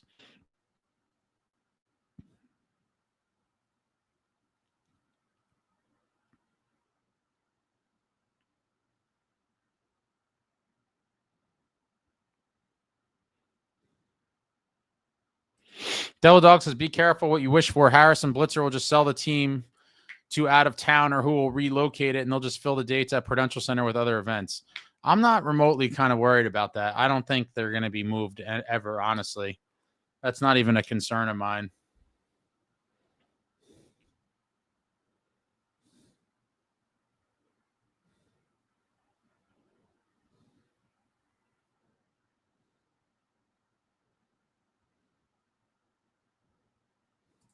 Yasuo Phoenix, I just want to see a team that's in it every night. Sadly, you hear the interviews after a loss, and they were not with single goal games.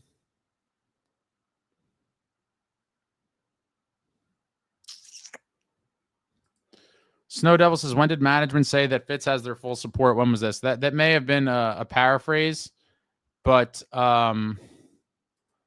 multiple sources said something along those lines a week or so ago when there was kind of chatter about Fitz maybe being on the hot seat.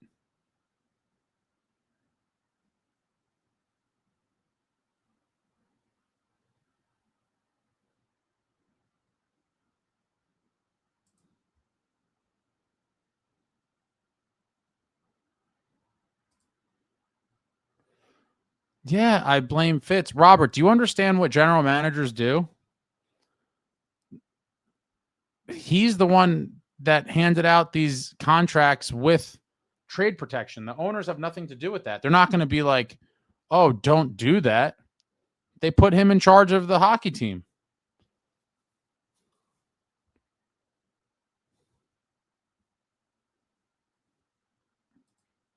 How I got her, Jeremy Proper. McKinnon is a beast. Jason Arnott times 10. Well, obviously, wildly different.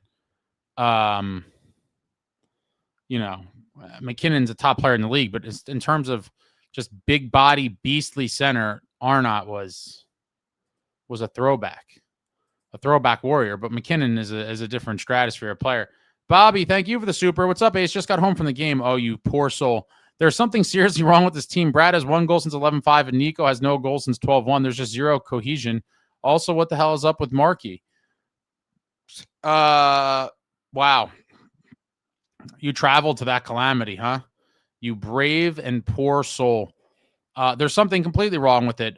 We can't identify it here. We're just, we're just drowning our sorrows in our loser beverages.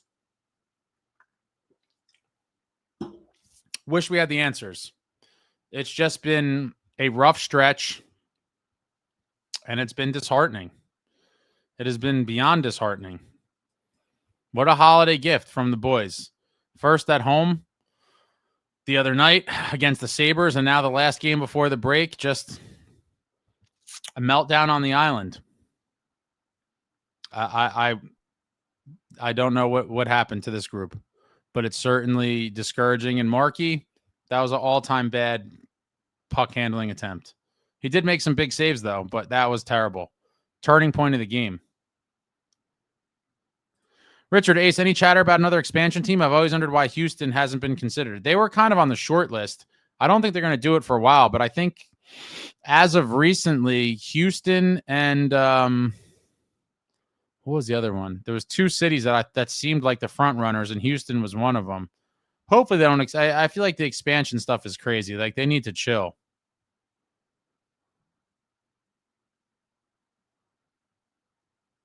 Avs won again. They have 61 points. The Avs are a beast. Yeah, Bettman said no expansion for now. It would be stupid.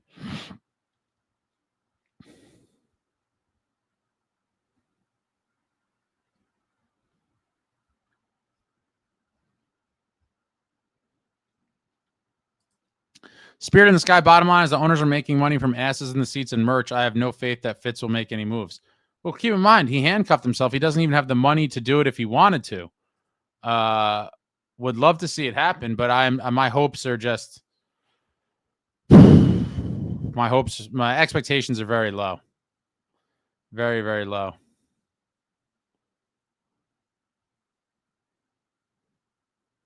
Yeah, 61 points, most points for a holiday break. It's insane.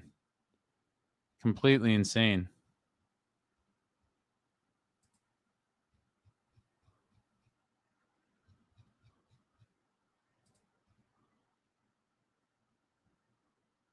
I met Danny Aykroyd when I was 10 in Saratoga Springs. That's pretty cool. What year was that in? Dan Aykroyd's been in so many things. It's crazy. Robert says, bring back the whale, obviously referring to the Hartford Whalers. Faye, I'm happy with 32 teams. I don't want any more. Yeah, please no more. Atlanta times 3. New Orleans, Red Devil. New Orleans has made overtures to the NHL as well. Hockey will fail in Atlanta again. Yeah, I'm not sure what the thought process is about potentially going to a city where there was already a team that did not work out. Like, what changed drastically between then and now that would, because tickets, right, have only gotten more expensive. So if it didn't work back then when tickets were way more affordable, what would possess you to believe, that it would work out nowadays? Who knows? I'm sure some number cruncher somewhere. Probably because of analytics, guys. That's probably the analytics. The analytics team is the one identifying Atlanta as a good potential hockey market. That should tell you everything you need to know about analytics.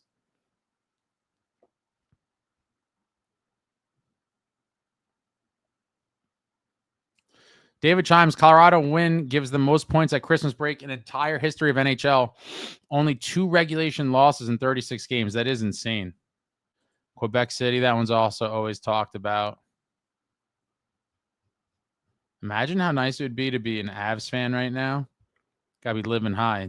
The Avs is a real team. Maria, Atlanta, how many strikes do they want? Apparently they have 9 lives. Have a franchise that folds. Well, they'll be back around at some point. Quebec, yeah, I feel bad for them, especially that the Avalanche wore like a Nordiques throwback recently, right? A lot of people are like, "Oh, this is so messed up." They're like picking at old wounds.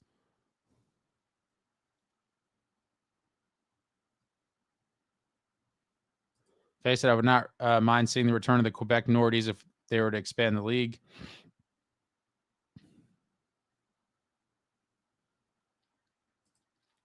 Nick, the NHL has failed in Atlanta 2 other times. Why would they go there again? Because the analytics, man.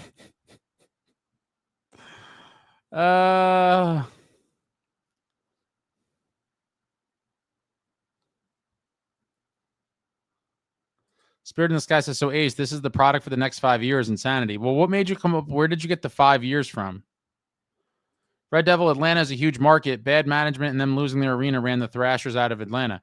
Yeah, but huge markets don't necessarily mean or equate to success for an NHL team.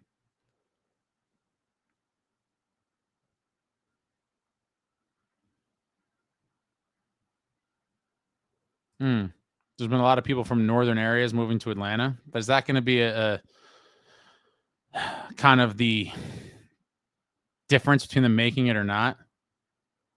Devil Dog says, I mean, hockey does not belong in NJ if you look at our historical attendance. I mean, there's probably some other teams that are, well, I mean, historical meaning what? Like literally the history of the franchise? I mean, there's so many loaded issues if you're talking, literally franchise history.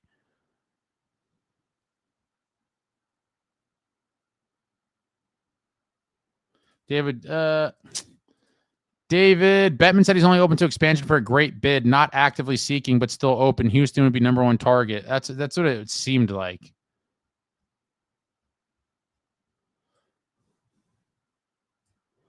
My buddy Goody, I'm so over the excuses with this team. Scoring only 2 goals the last 2 games is inexcusable. After we gifted them that New York Islander goal, I had a feeling we'd lose 2-1. This is stupid. Yeah, but this is the world of a struggling team and a team that's struggling to find offense. You're going to lose some really, really ugly games like they did tonight, and it really sucks, and it really stings. We could have really used those 2 points, or at least a loser point, something. Richard says, Atlanta can't even put butts in the baseball seats, and they've been good for 15-plus years. Hockey in Atlanta again? No way. Justin, Quebec Nordiques and the Hartford Whalers.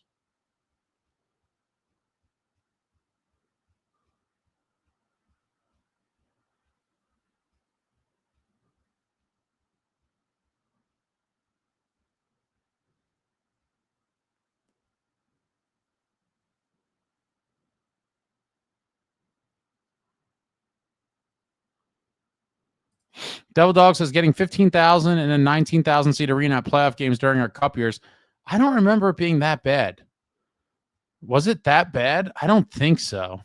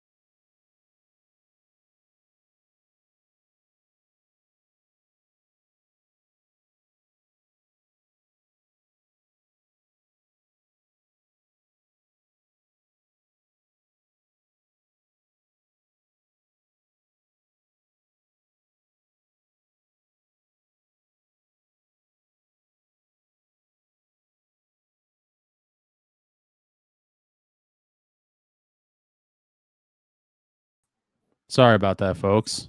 I whacked the mic. I don't remember it being that bad. I'm trying to look it up right now, and it wasn't like Devils 2000 playoffs.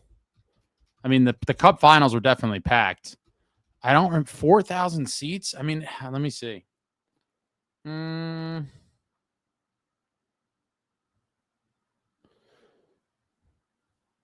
Yeah, so I don't know. Are you talking about regular season? I mean, regular seasons were rough, but and again, I'd have to double check this. But the AI quick answer was that it seemed to be capacity for the whole 2000 playoffs. No, you said at playoff games. So yeah, Devil Dog, come on. First round versus Florida. AI, again, this is not. Hold on. Now I gotta really see. Because now I don't even think I remember going to the games and it seemed pretty full. All right, so we're gonna check your stuff right now. Does this have attendance on it? Damn it.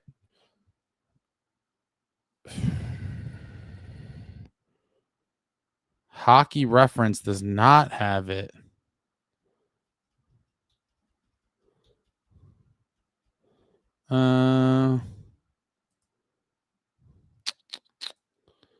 Hockey Reference does not have it, but there's no way it was 15,000.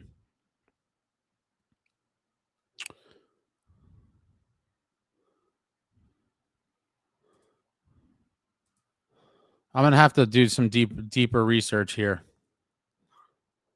I would love a New York Islanders NJ playoff series. Kobe, I couldn't agree with you more.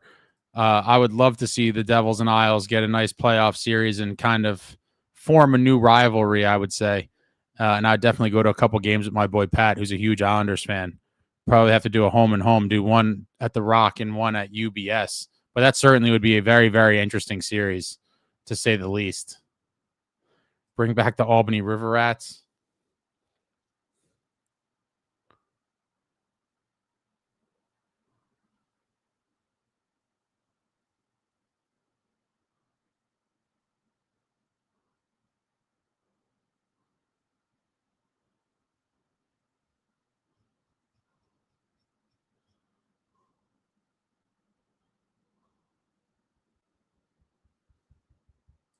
Jersey Roots, River Rats are badass. I still have a signed Jimmy Dowd rookie card from the Rats. Very nice.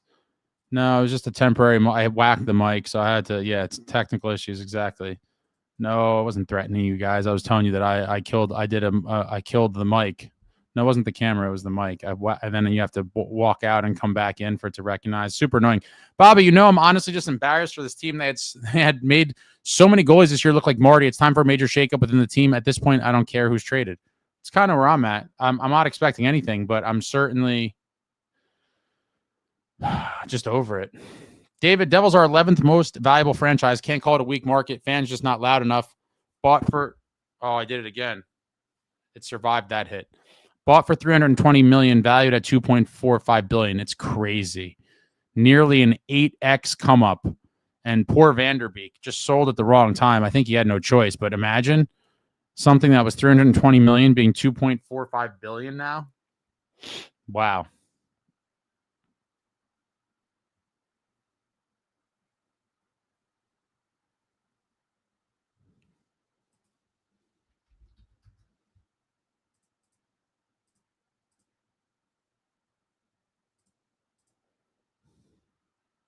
Sports franchises are insane.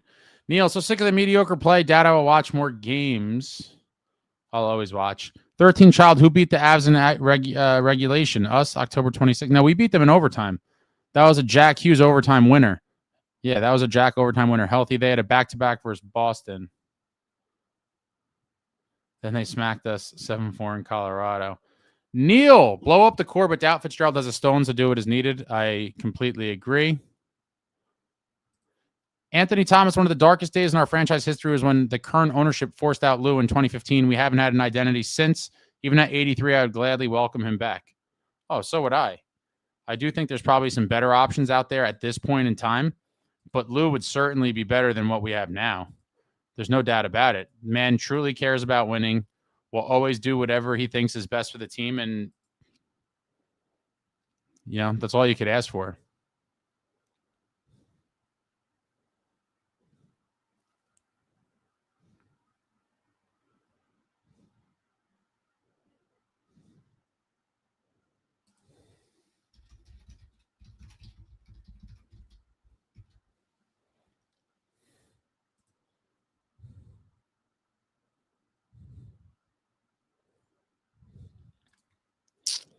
This team has so many brain parts. Is that supposed to be brain farts?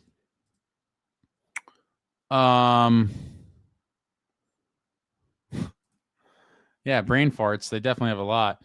Robert, Devils Isles only met once in the playoffs in Ace. You remember that series? Well, I mean, I don't remember the series. I know about the series. I was a little kid, but that was obviously in the Devils' first playoff berth ever in 1988, and Devils won the series.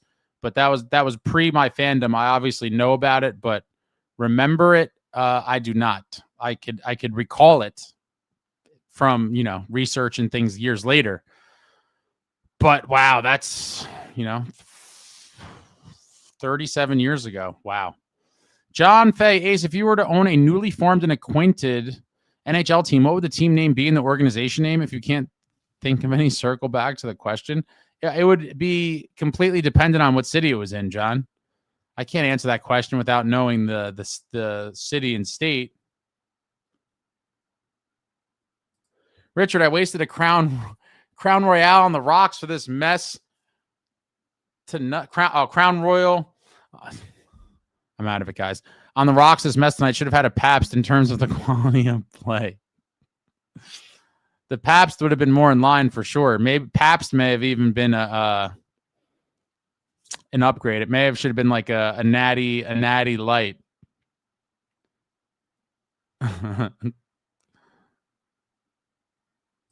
Bobby, sorry, I'm just venting. I was 10 rows off the ice, and the boys just can't finish at all. They had plenty of chances, and we completely outplayed the Islanders. There's zero excuse for the loss.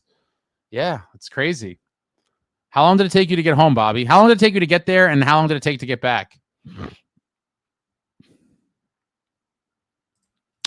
Vegas is not sure why I don't think Keefe is part of the problem. He's lost in his line pairings. Poor judge of what's occurring on the ice and sticks with the same old, same old. The same old Vegas is the friggin' players on the team. We've probably had no less than 25 different line combinations this season. He's tried everything. What do you want this man to do? The big guns went completely missing when Jack went down. Give me the lines that are going to fix it if you have all the answers. The players are just sucking, period. I to blame Keefe is crazy. There's always a coach to blame for this group underperforming year after year after year. You know, first it was Lindy's fault. Now it's Keefe's fault. I mean, at some point, the proof is in the pudding. These players are not getting it done.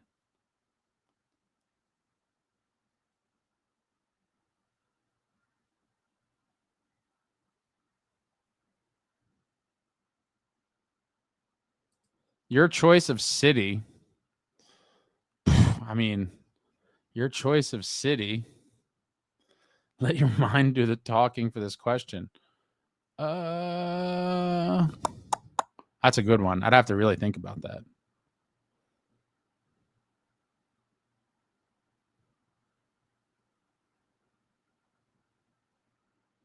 I do like, for some reason, I like the name Bulldogs. But I feel like there could be something more vicious than that. I'm trying to think. Bulldogs.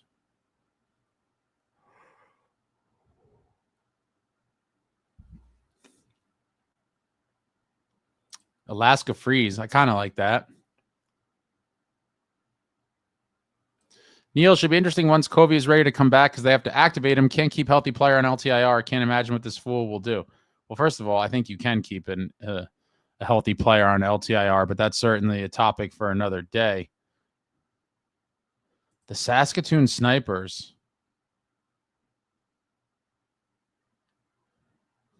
We really thought we were getting the Clicquot quality from this team this year, and instead they've been giving us Boone's Farm. Bobby, took me an hour 45 to get there. I live in New York, and took me 45 minutes to get home once I got out of the parking lot. Probably took 15 minutes to get out of the parking lot. Oh, that's not that bad.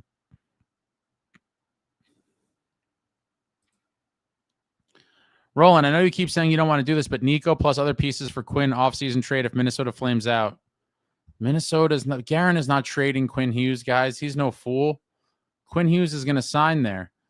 The Egg City Eggplants, the New York Seinfelds, Nova Scotia Ice Caps, Raccoon City Stars, the Houston Stallions. These are some interesting names. Denver Demons. Okay. Roland, Fitz's downfall will be not trading Dougie in the offseason and extending Markey too early before he needed to. I mean, there's I don't think there's going to be a downfall. That's the thing. Like, if he's still here despite everything he's done or not done in the past, seems bulletproof to me. Snow Devil, Grits, Glass, Brown are the only ones trying to win. Keefe keeps them together, so we have at least one line, and we're missing Nemo, who's always in the game. I like that line a lot.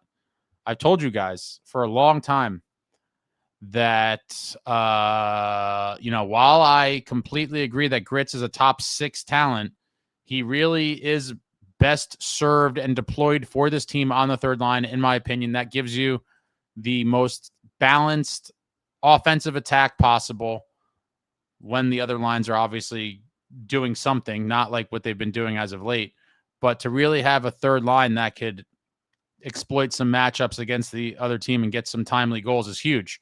Now, the top 2 lines need to do something. And then obviously, when you see Palat up there, a whole nother thing. And round we go.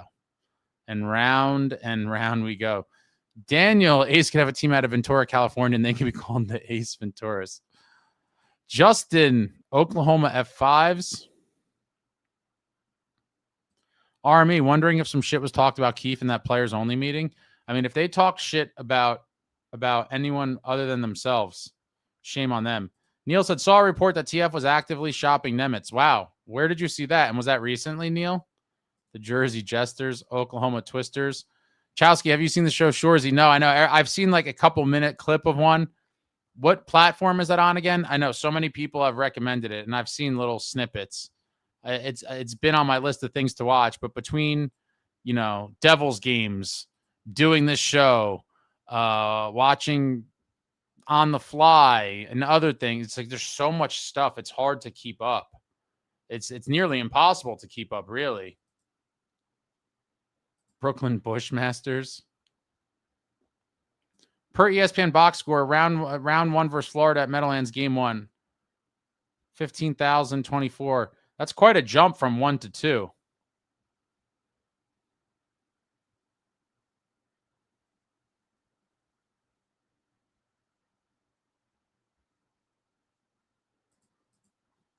Why can't we score goals? Oh, if I only knew. If I only had the answer to that. Why can't we score goals? Because these players just cannot get the puck past the goaltender. That's the answer. And why is that? I don't know.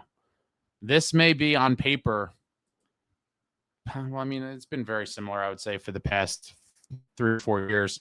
But for whatever reason, they're just not going. Bobby, listen, I like Dougie. I don't think he's the issue. Issue is guys like Bratt and Mercer. Bratt had a golden opportunity on a 2-on-1, but can't handle a perfectly placed pass from Jack. Drives me nuts.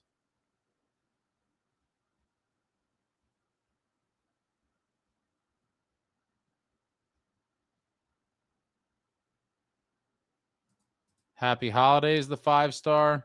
Baltimore Blue Crabs. Okay. Seattle Emeralds. Well, there's already the Kraken. Robert, changing subjects. You all know, since all 4 major sports teams have been around every year, there's been a Johnson and a Smith last name every year. That's interesting. And they're probably 2 of the most common last names, right? So it makes sense. Tallahassee Tiger Sharks. The Tate McRae Tomahawks. Neil, bring Lou back for January to trade these bunch of underachieving players for better team construction. It's never going to happen, guys. It would be nice. It's nice to dream. But I think, you're going to see an underwhelming depth move or moves, and cross your fingers and hope for the best. That's what it seems like is going to happen. And it is what it is. Tom's River, Riptide, Anchorage, Iceberg. All right, guys, it's that portion of the show. I'm going to use the facilities real quick. I think I need another water. I'm very dehydrated. I'll leave this game stat screen up here for a minute. And we'll start winding down, but, it's Christmas Eve.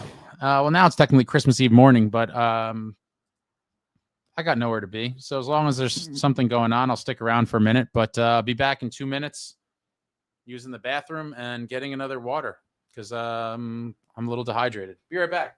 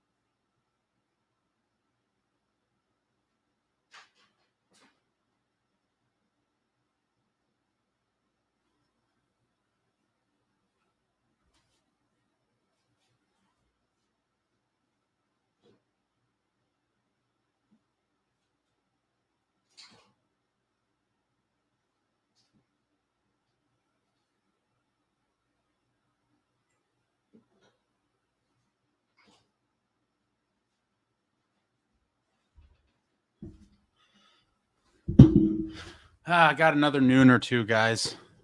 This one's ancient history. Shout out to everybody for coming out after the gutting loss. Had to get the water, and I decided to re-up on my loser beverage here. I'm tired of drinking these loser beverages, guys. Really. Man. Vermont Vermin. Bobby, also Fitz brought in guys like Dylan and Nason for more heavy hitting. I haven't, I guess, seen much heavy hitting from those guys so far. Dilly pops people a good amount. Doesn't always get caught on the TV broadcast. He hit someone nice tonight. But more than just, heavy hitting, the guys are strong on the walls, fierce in puck battles. Like Dilly is one of those guys. You look at some of the defensemen and you're like, they're not half the warrior that Dilly is. Let's be real. The Austin Rattlesnakes. Ben Jam said, I didn't even watch. Had Chico on the phone while Christmas shopping. F him. Man, where are you shopping? I was out earlier in the day. I got too many kids to have to buy crap for. Every year I tell myself I'm going to be done with this crap by mid-November. That's my goal every year. And due to a variety of circumstances beyond my control, of course, last-minute ace strikes again, just like in college fashion, doing the long paper the night before or hours before the class. I've told you guys I've handed in some papers in college with the ink still wet from the printer at the computer lab right next to the class. That kind of spilled over to buying gifts for all these damn kids. There's too many kids. Stop having kids, people. Stop having kids. I'm dying at Christmas time. Florida Anacondas, the Jersey Jugheads. The 5-star, thank you for the super. We need a goal scorer ASAP. Someone who let it rip if we are going to get a wild card spot. Fitz is just sitting on his hands. But again, where is the money coming from? I would love a goal scorer too. We literally cannot do anything. We cannot even activate Kovacevic, sir. We cannot even bring back a defenseman because we have no cap space. Legit. We have no cap space. It's crazy.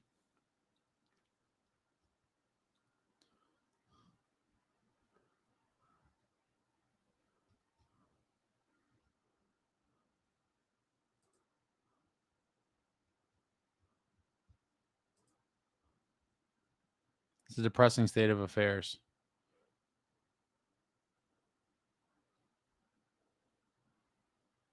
I am a high noon ninja. I do like the other things better. The surf sides. But I got some nooners. I switch it up, but the surf sides are my number one, I think. David, so depressed with this year. Before you know it, Nico, Brad, Hughes, and Meyer will be 30 and the prime years will be over. I've been saying this for years. Some people said I was crazy. Oh, they're so young. And of course, my favorite, the future is bright. Let me protect those retinas. We only get the 2 we're born with. Got to protect the retinas, the bright future. Burn your eyeballs straight out of your skull. How bright this future is. John Fay, my next question to everything who answered, who do you as the owner give the GM chair to? And it could be anyone. You guys already know my answer. I guess we'll read other people's answers. You know my answer. My answer is an easy one. The Hershey Fudge. Crazy Alex, worried about the rest of the season unless Fitz or ownership make moves. Yeah, welcome to where I was 2 weeks ago. Again, I will continuously reference my serious level of concern and officially hitting the panic button after the 3rd game lost of what ultimately became a 5-game losing streak. At game 3 of that, I said, I'm panicked. The button's getting hit by me because I saw enough. It was a 3-game losing streak, a 3-game winning streak, and then that was a new 3-game losing streak. Again, it ultimately went to 5, but that is where I had seen enough.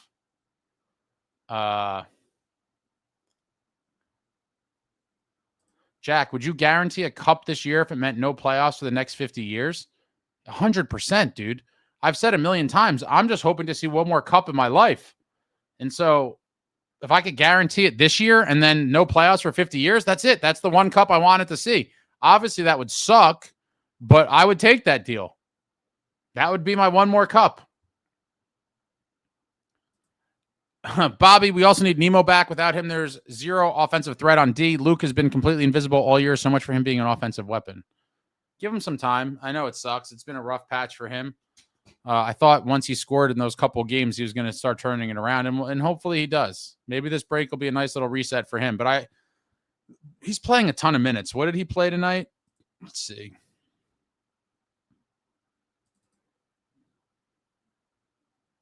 Yeah, 24 minutes. Like, maybe dial it back a little bit. I don't know. They're not my kids. They're, all my nieces and nephews, or, from family relations that are nieces and nephews, family friends. But there's a lot of them. There are certainly a lot of them. Favorite noon flavor would either be the peach or the black cherry for sure. Peach and black cherry, I would say tie.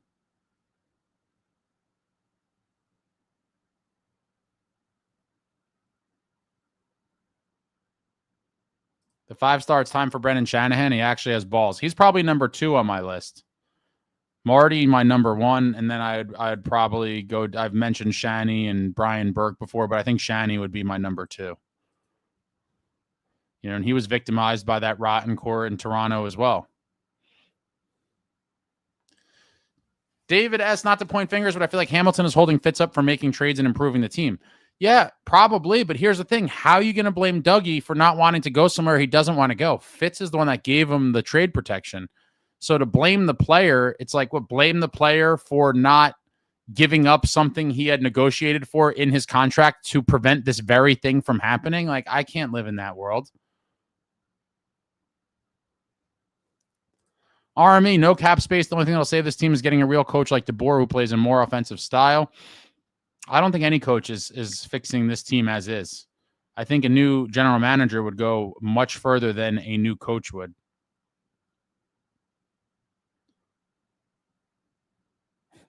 Stone Cold Steve Austin would be a cool GM. Snow Devils, that's a terrible deal, Ace, unless you're planning on croaking in a couple of years. If you could guarantee a cup versus 50 years of not at this point, maybe, in the Devils dynasty years, I would have never taken that deal. Given what we have seen from this group or this team, I guess, in the past 13 years, I think there's a very good chance, unfortunately, that I never see another cup. So if I could guarantee one, I'm taking the deal. I am so sorry, but I've seen nothing to make me believe that it would, that they'll win another one. Bobby, personally, if I was Keefe, I'd have Bratt ride the something for a game or two, maybe get his mind right. Are you suggesting a healthy scratch? That would never happen. Robert says, doesn't trade protection mean they want to be here? Correct. That is correct.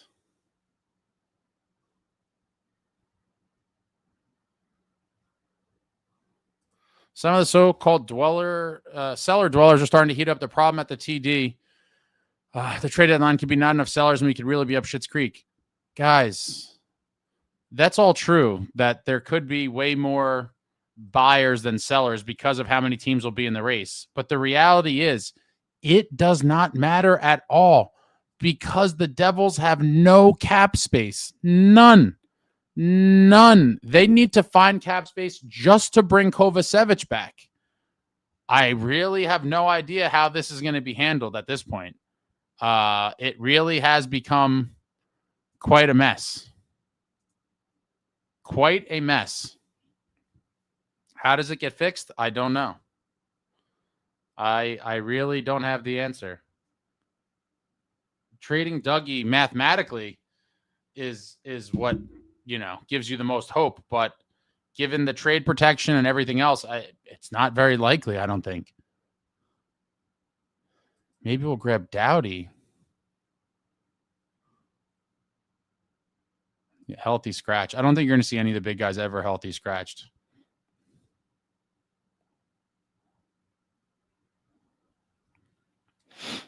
Richard says Marty and then Shanny and bring Beezer in as one of the scouts. Always liked the Beezer. It's a shame we couldn't win that 2001 Cup for him. Poor guy. He probably hates Ray Bork more than I do. Robert, can't they put someone on LTIR and play Kobe? I mean, who are they going to put on LTIR that makes $4 million? Not to mention that you can't just put random guys on LTIR and they have to be injured. John Fay, all right, Ace and everyone. I'm out for the night. Merry Christmas, everyone. Happy holidays. I'll see you all Saturday. Take care. Jack, bottom sixers and bottom pair D-man can have no trade clauses. Well, this is the world we live in. Everyone has trade protection. And it is what it is.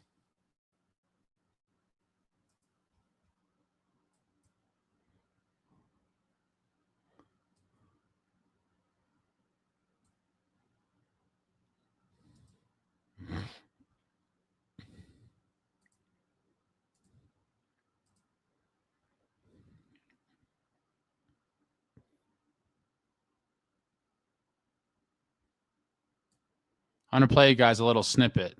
It's a little teaser.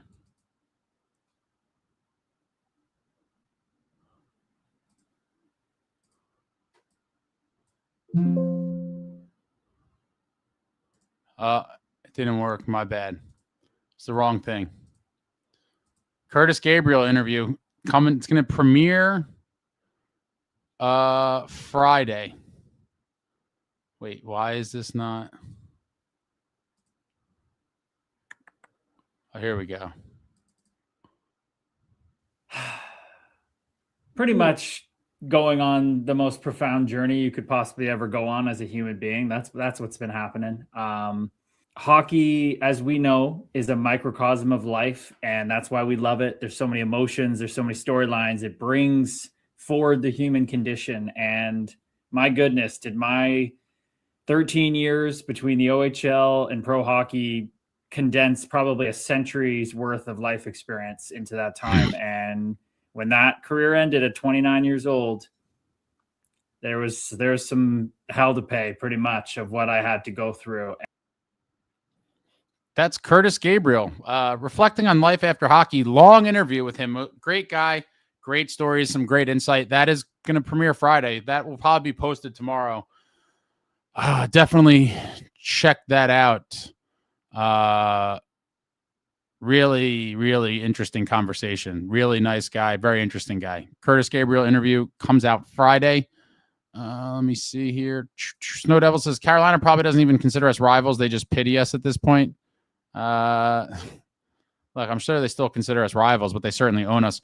Jack, Ace, you become GM. First 3 moves. I mean, this is sort of unfair because when someone answers a question like this, it's kind of simplifying issues that are real issues, but they're all made entirely by Fitz. But the first move, realistically, is figuring out how to get rid of Dougie, right? But that could be impossible. But let's just pretend that it is possible. If Dougie's out, that gives you, $9 million in cap space. Kovacevic is $4 million. That gives you an extra $5 million to play with. I am calling the Flames and seeing what I have to send them to get Kadri with 50% retention. He makes, I think, $7.5 million. Let me see. No, he makes $7 million. Yeah, he makes $7 million. So I'm trying to get that down to $4 million. So at least $4 million. Maybe you get him to retain half, or that brings it to 3.5. But either way, compensate them appropriately for them to retain on him for the duration of the contract. And that would be, in my opinion, the best, somewhat realistic moves that could be made. But it's all predicated on Dougie being shipped out with no retention, essentially.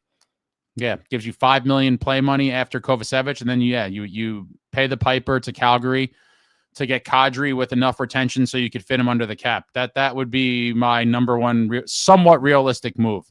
Richard, I'm the last of 5. Holy, 15 nieces, nephews, and 7 great nieces, nephews, and an 8th due any day now. I go broke this time of year. I feel the pain, man. My numbers are not quite that bad, but they're not far off.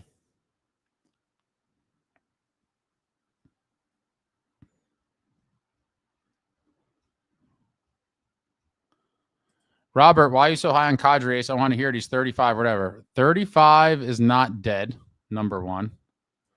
Number two, he could score a little bit. I don't need him to be an elite scorer. Him as a third line center and making glass 4C, that is a massive, massive upgrade. Furthermore, even at 35, because you people think 35 is near death, he's still averaging nearly a point per game. I don't give a shit how old he is. If you told me he was 45, I wouldn't care. I would say, I don't care. You're producing at nearly a point per game and you're an animal. The biggest thing aside from the point production and that he's a center, which we desperately need. So number one, fulfills greatest need. 3C, obviously the number one priority necessity need of the team. He is filling that beautifully. 3C finally attained. Offensive production, nearly a point per game. I don't even know. Does anyone on the Devils even have 31 points? Hold on. No, I don't think so. Yeah, Nico and Bratter have 29 points. So you're talking about fulfills the biggest need for the team. Offensive production would be the highest scorer on our team right now, sadly.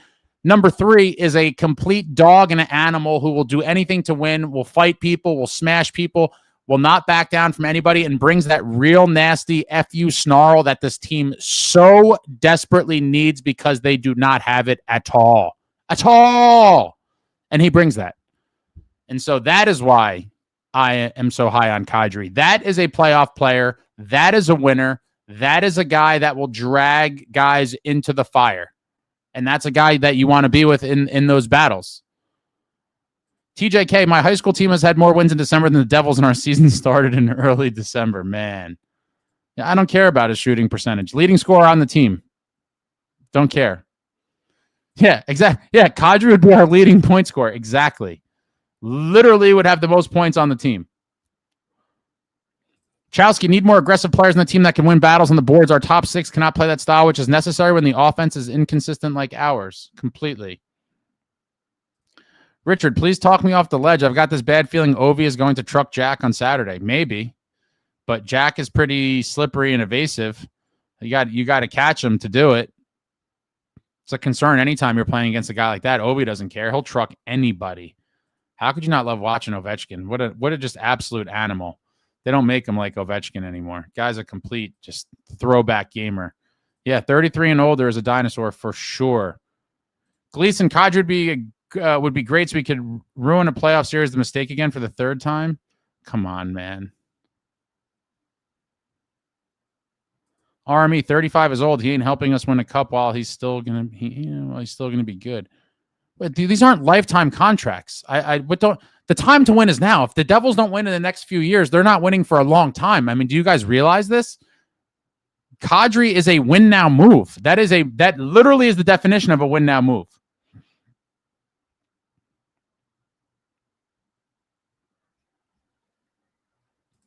Yeah, 35 is actually old. After you hit 34, 99% of players fall off. Obviously, he's not in his prime anymore. But guess what? You don't need him to be. I don't need to have the best version of every player on the roster to win a cup. That is not how it works. You need guys of all different experience levels, ability levels. And, for anyone that wouldn't think that guy would improve the team, you guys are crazy. What about Evander Kane? I don't think this locker room could handle him. But I would take a chance on a guy like that too. Jack, McDavid has more points this month than anyone on this team has all season. It's crazy. Sad stat. Crazy Alex, I'm heading out. Good night. Merry Christmas. Good night. Good night. Frank, Ace, you buying what's happening in Buffalo? Sabres looking to win 8 straight. Yeah, I'm buying it. They have some good players. I didn't think they should have been as bad as they were for that long. This all could be kind of like, maybe the post-GM firing boost, but, they got some really good players there. Richard, Marchand 37, Cup, Ovi 41, Crosby 38, Stamkos 35, all extremely productive.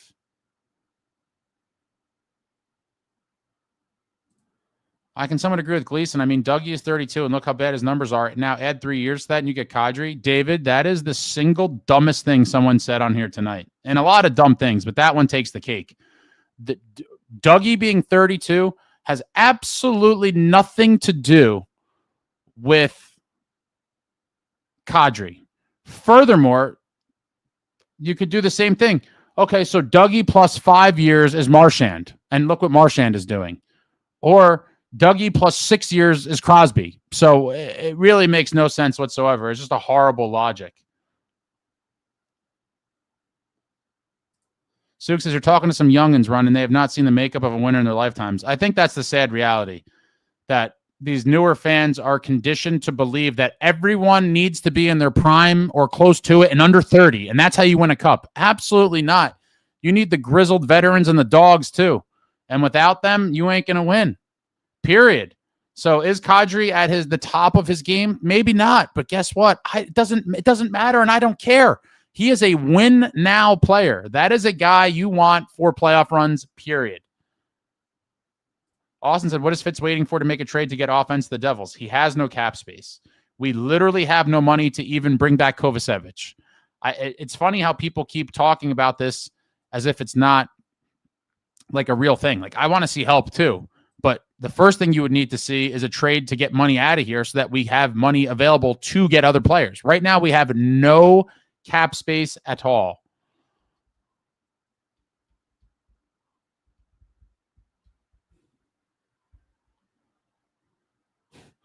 Devil Dog, this is like with Stamkos O'Reilly. People say Stamkos is old. They're exactly 1 year apart in age, and people say, oh yeah, but O'Reilly plays a different game. Yeah, it's all a moving field goal.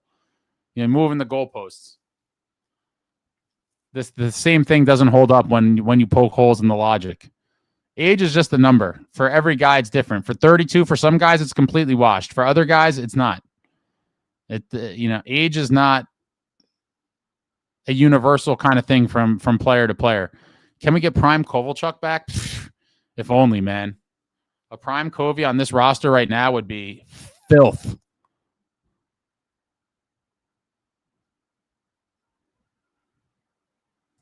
All the cups are my lifetime, so at least I got that. Austin, where's Lukehughes, Bratt, Nico, and Palat? These players are not stepping up. No one's stepping up. No one is stepping up. Snow Devil, Nicole's not on the team anymore. Jack, would you send Hamilton, Nemitz, Neeson, Haminaho, and 2 firsts and a second for Stammer, max retention, and O'Reilly? No. Definitely not. I'm definitely not trading. That's a crazy overcompensation. I would never trade Nemo for old guys like that. Jason, your problem is that you are arguing with genetic science, and athletes' prime years are 27 to 32. So when you continually pound the table, the Devils should get players past their prime. Fans get frustrated. Well, if you're one of those fans, Jason, then you're an idiot, because the players do not need to be in their primes to help the team win. Let me say it slower so it gets into your brain. Not every player on winning teams need to be in their prime. Fact. And so while Kadri may not be in his prime, maybe a couple years removed from it, is still a productive player and would fit a role on this roster beautifully to improve the team, make them harder to play against, and make them a much better team in the playoffs. No one is arguing that he's in his prime. Obviously, that would be arguing against science. But believing that you only could get players or only players in their prime can help you is so idiotic. And I'm sorry if you take this the wrong way, but I am so tired of seeing this type of thing put out there and like you're educating me or something to me. You have no idea what you're talking about. None. Brad Marchand almost won the Conn Smythe Trophy last year. And the same people like you, the people that have no idea what they're talking about, when I said I wanted Marchand, when the rumors were popping up last March, I was like, wow, Marchand is a gamer. I certainly would love the Devils to get him if it's remotely possible. I even said it's very unlikely for a variety of reasons. But if somehow they could ever get him, that would be a guy I would love to have. And the same bozos like you said the same stuff you're talking about right now. And then what did Brad Marchand do? He went out and had a historic playoff, helped the Panthers immensely during a cup run, which resulted in a Stanley Cup win, and would have won the Conn Smythe if it wasn't for an all-time playoff performance by Sam Bennett. And so what I tell you, Jason Sensation, is that I am not arguing with genetic science whatsoever. I am arguing that guys that are not in their prime can still be contributing pieces of a Stanley Cup winning team. Oh, that just pissed me off so much.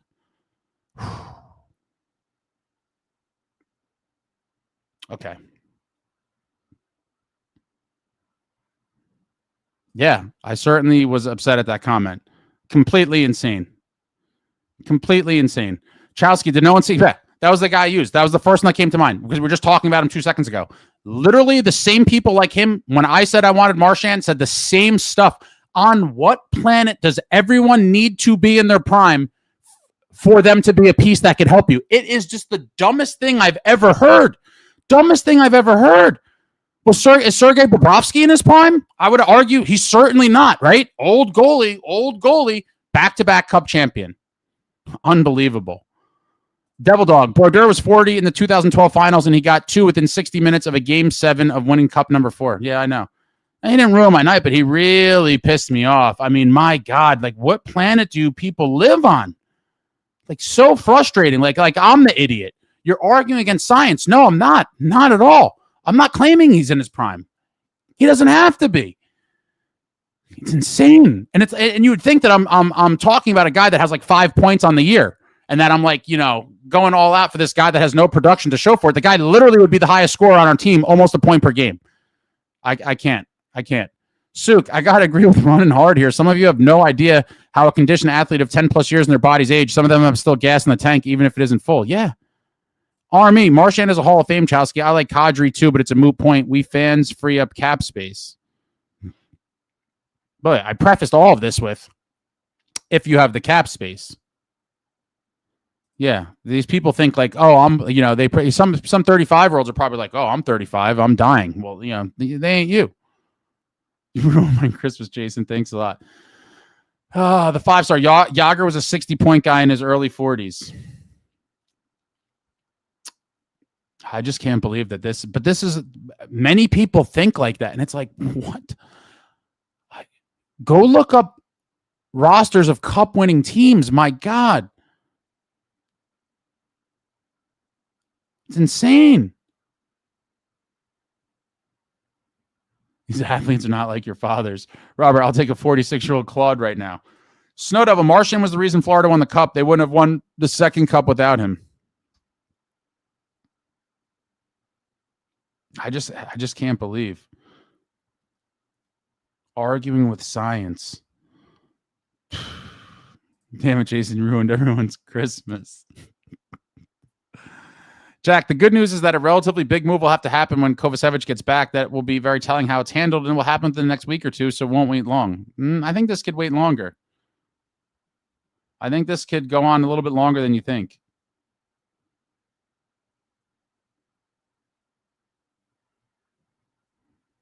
I don't block people for stupid comments. I only block people if, they're jerks or inappropriate.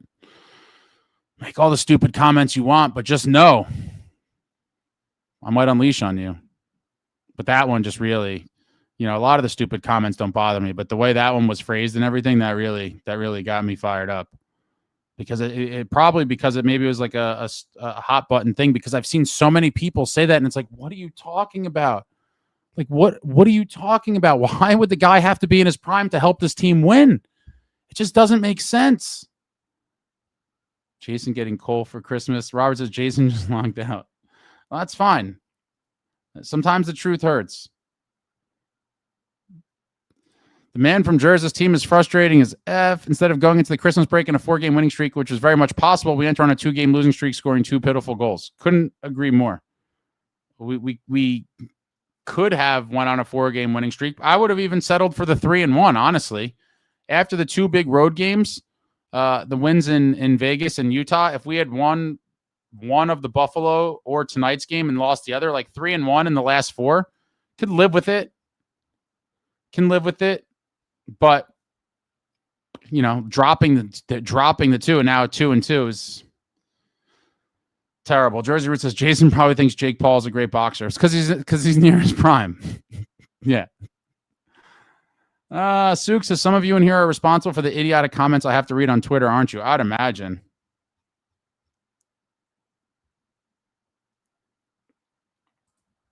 Richard, I know you hate baseball, but Nolan Ryan's best statistical seasons were from age 37 to 44.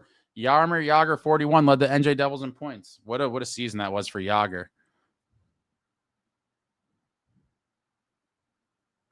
Tropical, another thing, you look at a guy like Mason Marchman, he moves teams and starts scoring goals. Again, not a guy I would have targeted, but you see other GMs doing something like Columbus did here. Yeah, do something. Do something. Sook says, what do kids call it now? Brain rot? That was a brain rot take. Isn't that something with the video game? I hear the kids talking about this stuff. I'm so out of touch with all these little kid video games and stuff. Gleason, the only thing I disagree with is that you need a ton of experience to win a cup. You always need to be good and show some grit. Experience doesn't mean that much. Ask Dougie, Palat, Marky, Dylan. For sure. And I'm not saying you need a ton, but you need some. And I would prefer experience of guys that have won. That also matters. I appreciate the experience of, Dougie, Marky, Dylan. Obviously, Palat has one, but that's, one guy. And plays totally different than Kadri. Like Kadri is a complete firework. Like we don't have guys like that. And so that's why I think he would be the perfect guy for this group at this juncture. It's a total win now move, and it is a bit of a gamble. It's less of a gamble, in my opinion, if Calgary retains, and I do think that'd be the only way there's a chance of that deal even happening is with the cap space situation. It's pretty much a prerequisite for them to retain, for the Devils to be able to pull that off. But that's a win now move that if it didn't age well, so be it. You have to take chances. That would be my number one move on the board of somewhat realistic moves. That would be it. And I don't care that he's not in his prime.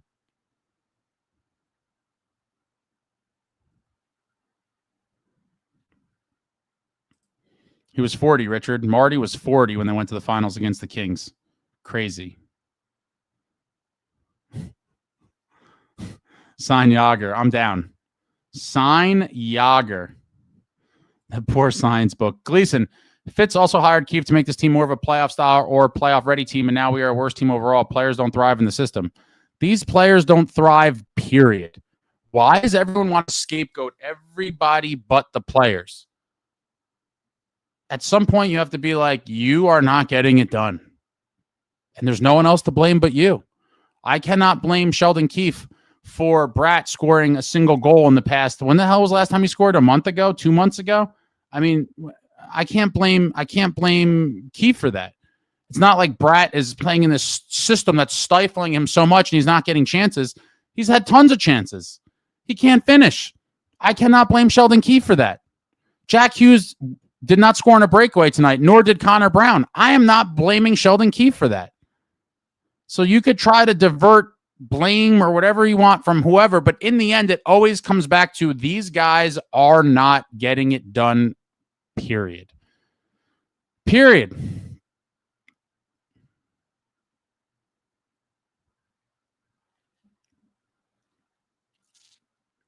Robert says Stammer would change culture right away. I would love Stammer. I would love Stammer, but supposedly that one kind of died in my head too, because there was reports that Nashville does not want to retain on him. And from the beginning, the past few weeks when that kind of started floating around again, and I told all you guys I would love Stammer, I then did say, though, it starts with retention. Like, I have zero interest in paying Stammer's $9 million now.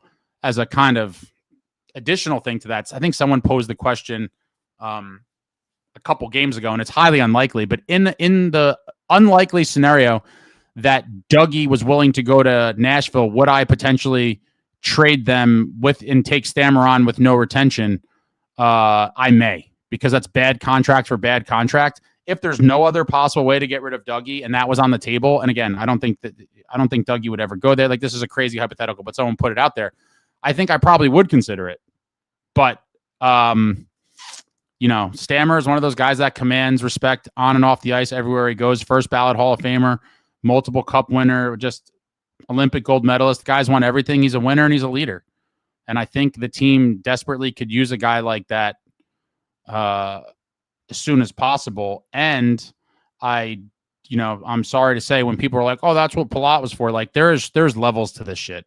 There is multiple stratospheres of difference between Pally and Stammer. And that's no disrespect or shade to Pally. I mean, he's a winner and he's earned everything he's gotten, but Stamkos is a different animal.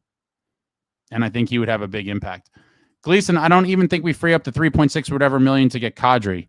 Well, they'd have to free up a lot more than that. But first of all, they have to free up money to bring back Kovacevic. Maria says common sense died in the 20th century, unfortunately. It could have been. But man, it really is painful. Suk says, if I was a player in the Devils, someone like Stammer would make me want to play better just so I didn't embarrass myself in front of a goat. It would be a culture change. I also think he would call guys out and do a lot of things that probably is lacking on this team. Chowski said, I love our guys, but we need more Canadians and Russians on the team. I like Canadians and Russians.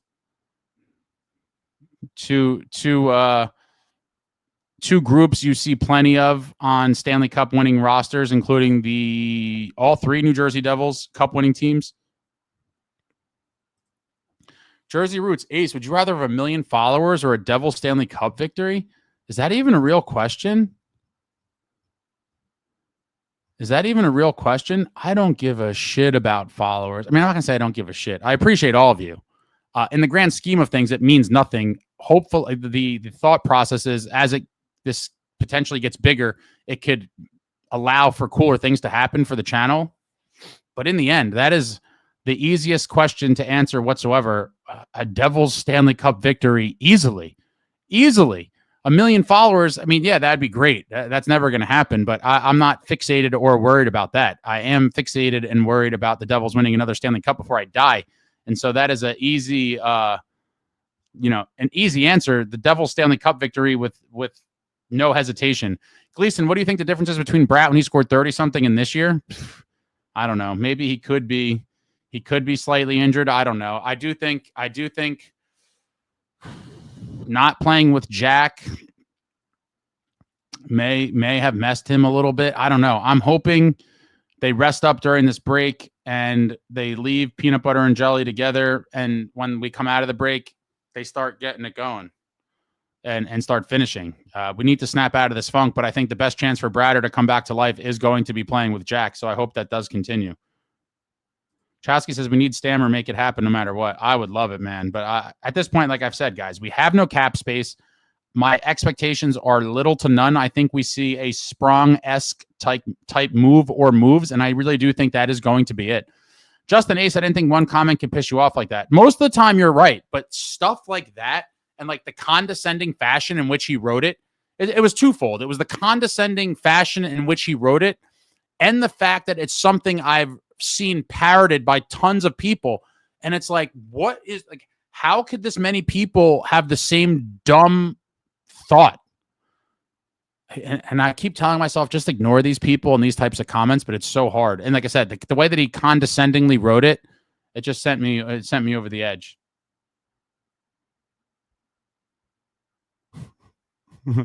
If it's that stupid, I absolutely thought it would. Such a dumb take. Gleason, one more thing on Brad. I think it's horrible that he can't score, but he also is not a bad player. Just because he can't score this year, he's still helping. We're just missing the right players as well. No, that's all kind of part of it. But in the end, you cannot score 1 goal in 20 some odd games, especially when the team is starved for offense. Jack is out. Tons of other guys get injured. Like I always say, the big dogs got to be the big dogs. And that is just, assists are cute and nice. Obviously, assists are crucial in this game as well. But in the end, we need pucks in the back of the net, and you got to score more than once every 20-something games. actually kind of pissed me off too. Army Keith needs to find ways to get his players going and bench guys when they aren't competing. How's Dougie not benched a game or two? Brat, how's Marky allowed to keep playing the puck like he's Marty? Guys aren't getting benched, guys. This is a new world. I mean, I don't even know league wide how often are big name guys being healthy scratched. Like, I imagine it's pretty damn rare, and so you're not going to see it here. And obviously, if the team's trying to trade Dougie, healthy scratching him's not going to help his value. So there's that. And the same thing, in the end, do you really believe bringing up a guy from Utica and having him play instead of Brat is going to make the team better? Like, for that game, I'm going to say definitively not. And so even if the guy's struggling, I'll still take him in the lineup over Lamico, right? So, are you willing to try to send messages, piss off a guy like that, and weaken your struggling offense even more? David, that's kind of off topic, but it boggles my mind to read so many Facebook comments on how many fans think Quinn still comes to the Devils in 2027. I say there's a 5% chance that happens. I won't hold my breath. Nah, it's all over. I agree. It's like a 5%, very low chance. It's not going to happen. It could. And again, I would love to be wrong. I've said this would be the thing I'd love to be the most wrong about, but I don't think I will be. You absolutely ruined Jason. That really just set me off. Yeah, I don't hate Jason. I hate the take. Exactly. If he comes back with a better one, he'll be off my naughty list. Wow, that one was atrocious. Richard, a lot of youngins on these threads who just don't know what the recipe is for winning a cup. Oh, I'm sorry, you just won the Conn Smythe and you're 35. We'll have to waive you. Yeah, it's crazy. And then you give him that, and then you give him the I guess, what did he use the word data? I forget what he said, but like, there's actual data, right? Like, this guy was whatever old. Here's his production. Like, what are we talking about?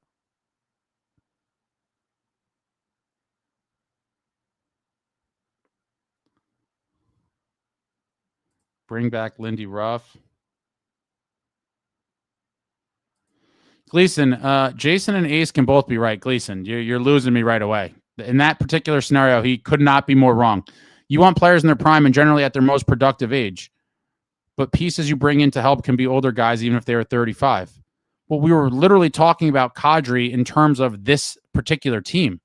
So that's what we were talking about. I don't even know.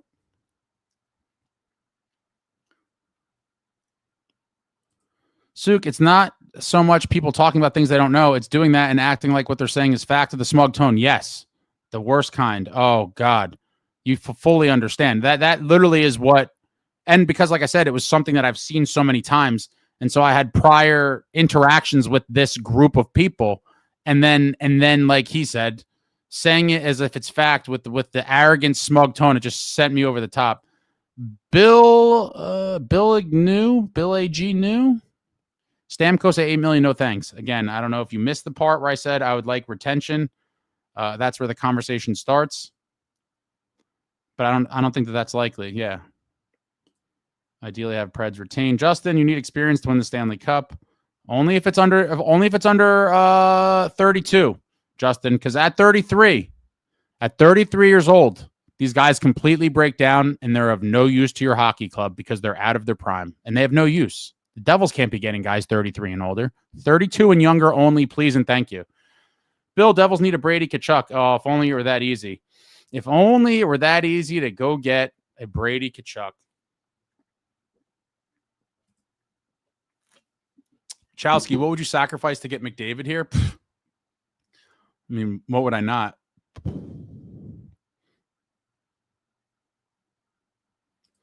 Oh, Jerry, I agree, Gleason. Both sentiments are right. We're talking about Kadri for this team specifically. I am not saying I want to build an entire. You guys are gonna give me a stroke tonight. I swear.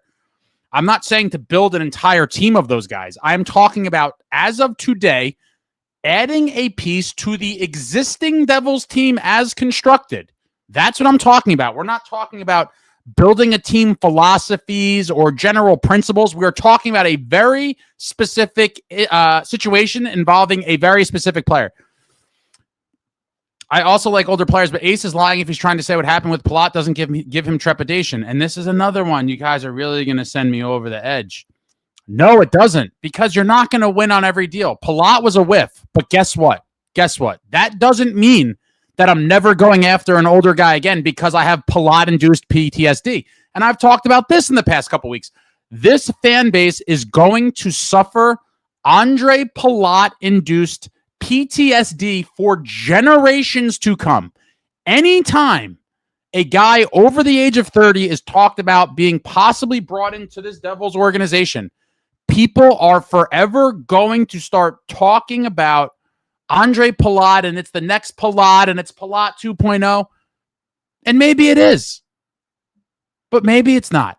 And you need older guys on your team to win cups, and I am certainly not going to let a whiff on Andre Palat bar me from ever obtaining a slightly older guy ever again. I mean, this is just crazy now.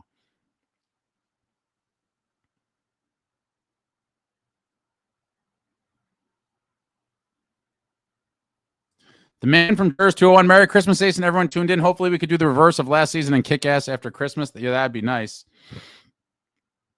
Chelsea, I'll trade for the Kachuk brothers when they're 50. Jersey Roots, that 8-game heater seems like a dream nowadays. I would love another 8-game heater. Justin says, Ace, I love the sarcasm. These people are driving me nuts. The Disturbed Corn. I don't see a world where New Jersey offers such a package that Nashville retains on that. It's not a great contract, but surely they can send him to a contender for a reasonable haul and no retention. I don't know about a reasonable haul, but no retention potentially. If I was the Devils, if the Kadri thing is not available, I'm willing to pay up with picks for retention, but I don't think they want to retain at all. I would try it though, but Kadri is my number one that I try. Art, when was the last time a player was benched? No discipline and favoritism creates this kind of mess. How is Luke not scratched? Even after so many F-ups, fire Fitz, he's a moron.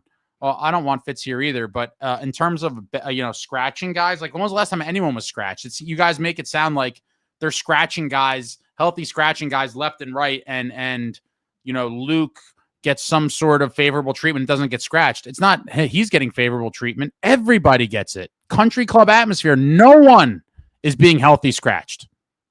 Well, there you have it. This is not a Luke Hughes kind of benefit. It's the entire team. He's just no different than anyone else. No one is being healthy scratched. And that's not to say that I think it's a effective method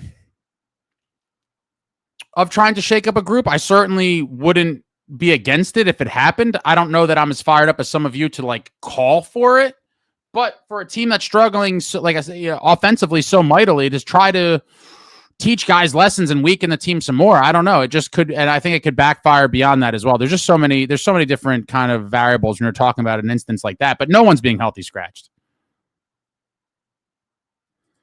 Suk, it's crazy. All you have to do is look at the last, I don't know how many, 10 plus Stanley Cup finals to know that mid 30-year-old vets are pretty much a prerequisite. 1,000%. 1,000%. Heat says, bro, this chat completely lacks situational comprehension. I don't know who you're talking about specifically. It's all or nothing with these people, black or white, no critical thinking. I guess. I don't know. Robert, know what? If Palat gets a game-winning goal to win the first round, we'll all love him. Isn't that the truth? What have you done for me lately? But obviously, winning cures all. Art, it's the NJ Hughes instead of the NJ Devils. Until that changes, nothing changes. I don't know if that's necessarily true. I know a lot of people have kind of said that. I don't know. There is obviously an emphasis on the. They really wanted all three. I can't believe Fitz did. Yeah, I just thought, if nothing else, the fact that Fitz blew the Quinn thing, I thought that may have been the straw that broke the camel's back and finally got him canned.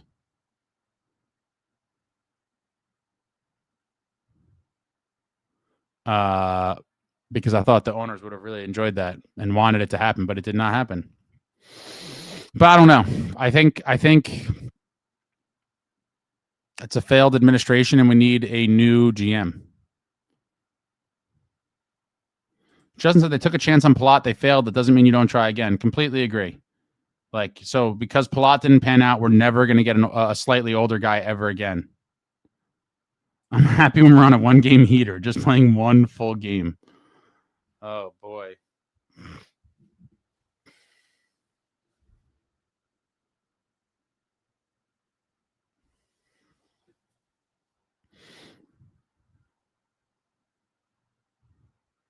Chowski, no one is held accountable. Remember those player meetings a couple weeks ago? Not a good sign. Well, I don't know if that means no one's held accountable. I just think, I mean, to some extent, you know, when Fitz said country club atmosphere, like, all right, well, what has changed to make it not a country club atmosphere? I'd imagine not much. Richard, to all, Merry Christmas, Happy Holidays, and be safe. Ace, have an Italian hot dog or a chocolate milk watching Kevin Mack back Saturday. Happy Holidays. Good night, sir. Good night. Justin says you need veterans. You don't win a cup without veterans. 1,000,000%. You're preaching to the choir here. Suk, I said it earlier. Fitz is eternal. He was here in spirit before. He is here now, and he will be here after. Yeah, unfortunately. Robert, do you think all 3 Hughes together would have actually worked? I mean, Quinn's a game breaker. I think he would have helped. He would have made the team better. His prince will leave a lasting impact on this franchise for a long time. Yeah, unfortunately. I don't have anything else, but now I'm all fired up. I still have so much stuff to do before tomorrow. Wow. What a way to ruin a Christmas Eve, though, huh? Just devastating loss in the final minute and change of a game on the island.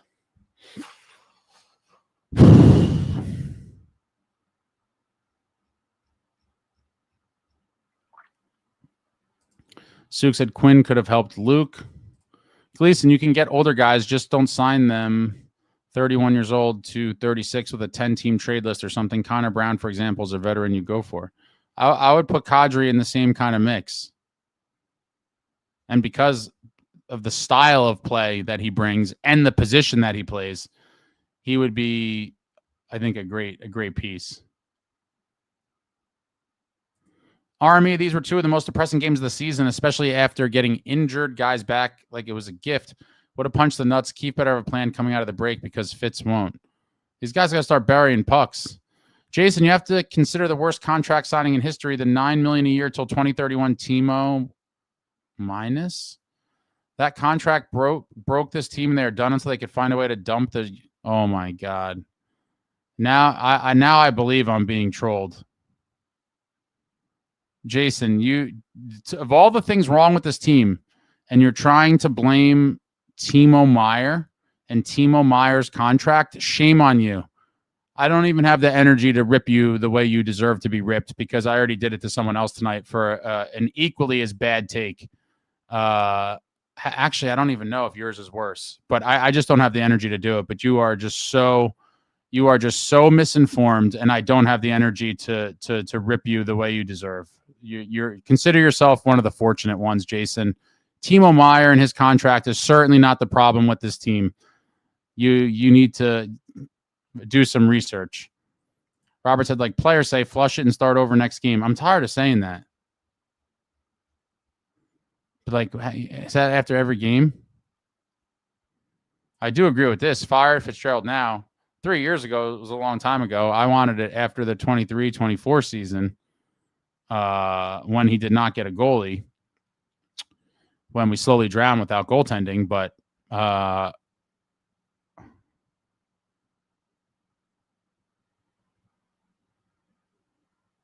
Stick Figs, hopefully we are upon the reverse Christmas break theory.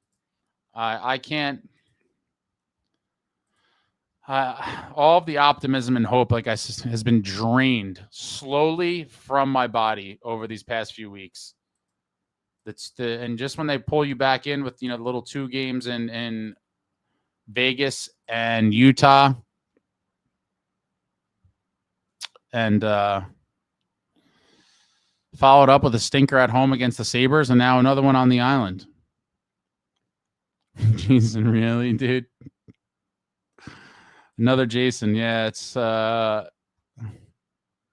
Justin said we need players like Timo on this team. I mean, yeah, it's just I can't even waste any more energy on this kind of stuff. TJK, Maybe if our coach put Timo on his actual right wing position, then he would be red hot. He's not the problem. Keep sticking him at left wing. Yes, but he's got points on the year. Let's be real. Gleason, look up Lukehughes advanced stats player cards that have come out. He's not even good from an egghead perspective. I'd imagine it wouldn't be. This has been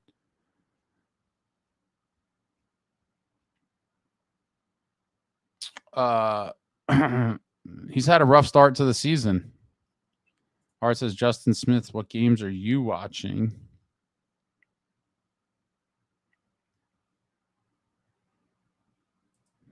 George, a very long time from now. Someone else asked this earlier. How many coaches are going to be scapegoated for an underperforming core that cannot get it done? Furthermore, for Keith, I would imagine 70% of the games he's coached, including playoffs, as head coach of the New Jersey Devils, what is that? So what, 82? And then we played 5 playoff games. So it's at 87 and what, 30? How many games did we play this year? Let me see.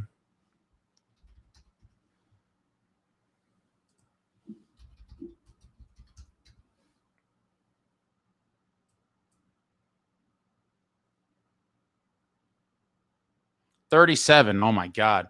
Yes, so you're talking about 124 games behind the bench as the Devils head coach. A huge percentage of those, he's played several AHL players. That's not his choice. He could only play guys that he has available to him. Number one, tons of AHL guys regularly. That is an indictment on the GM. Number two, back to the core. Guys are getting chances. How can he make guys finish on breakaways, make guys hit open nets? All of the above. At some point, you cannot keep blaming coaches. It's not the coaches every time anyway. And certainly for this group, I've seen enough from them under many coaches that I am tired of the players getting off scot-free and people pointing the finger at the head coach. How about it's time to wake up and smell the bullshit? And it's underachieving players in this case. It's unfortunate, but it is what it is. The 5 stars says, imagine a Claude Lemieux on this team. Thank you for the super. No, I would love a Claude Lemieux. Guys like him are endangered species. They're not quite extinct, but they're on their way out. I don't even know how to pronounce this. The Critic. I'm going to say the Critic. What do you think this team can realistically do this season to dramatically improve? Not much. The biggest thing I think would be if you're able to somehow find the miracle scenario to get rid of Dougie and land Kadri and pray for the best. That's about all I got for you. Jason says, how do you don't understand? How am I misinformed? Because you're listing timomeier as a bad contract, which it's not. And like, he's a problem on this team. He's one of the best players and one of the only bulls this team has. It's useless contracts. He's selling the farm on one player that did nothing in the playoffs when they got him. Yeah, you're still talking about Timo. Like, have you followed this team at all? I'm done. I can't entertain your nonsense anymore.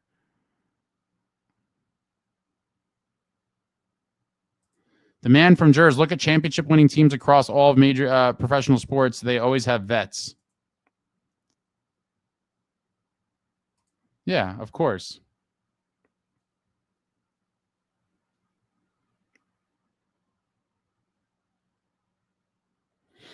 Benjamin says, deal both Hughes. It's a disaster. Guys, this is never going to happen. The team was trying to get the third one desperately and still probably delusionally believes they have a chance. And you think they're going to trade the other two? Jason Spitzberg, Jake Ottinger should be on the Devils' radar for the future. I would like him. Always looking for a real franchise-type goalie. Hopefully we have one in the minors right now. So Gleason says, I'll get Ace fired up so the stream doesn't wind down, guys. Jason's 2 for 2 on stupid comments today. Sook says the Hughes brothers will want out themselves long before this organization ever trades them. That could be true. Some of you guys got to find a new sport to watch.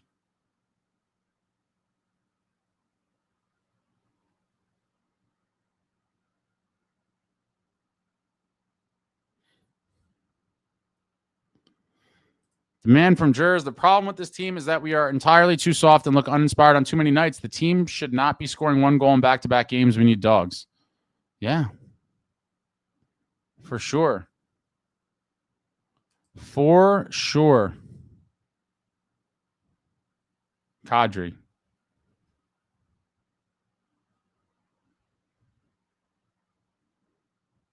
Gleason, imagine being able to add anyone to this team. How much easier it'd be to fix this. Yeah, of course. But, we have no cap space, and it's just...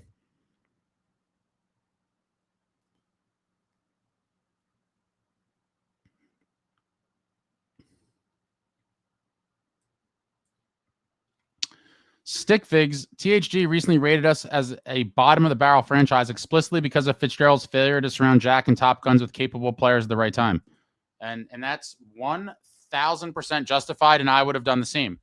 Shout out to Shannon, the hockey YouTube OG, essentially. I don't know how he props to him. I don't know how he watches all the shit that he watches and makes all these videos. That man is a modern marvel. But that is entirely accurate. Fitz has failed to bring in the right complementary pieces. And like I said, up until a couple weeks ago, I believed that this core could win if a couple of the right pieces were brought in.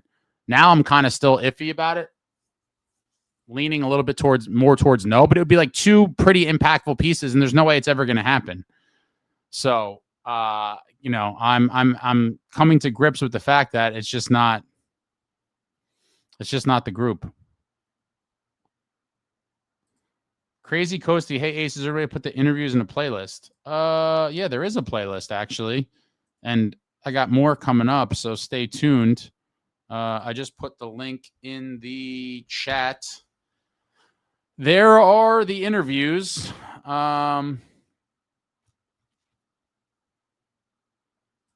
Curtis Gabriel coming up on Friday. Got some more in the works as well. Tage is what we need. I love Tage. Not going to happen. Brian says, Timo ain't the problem. It's that we don't have 4 more Timos on the team. That's the problem. Completely agree.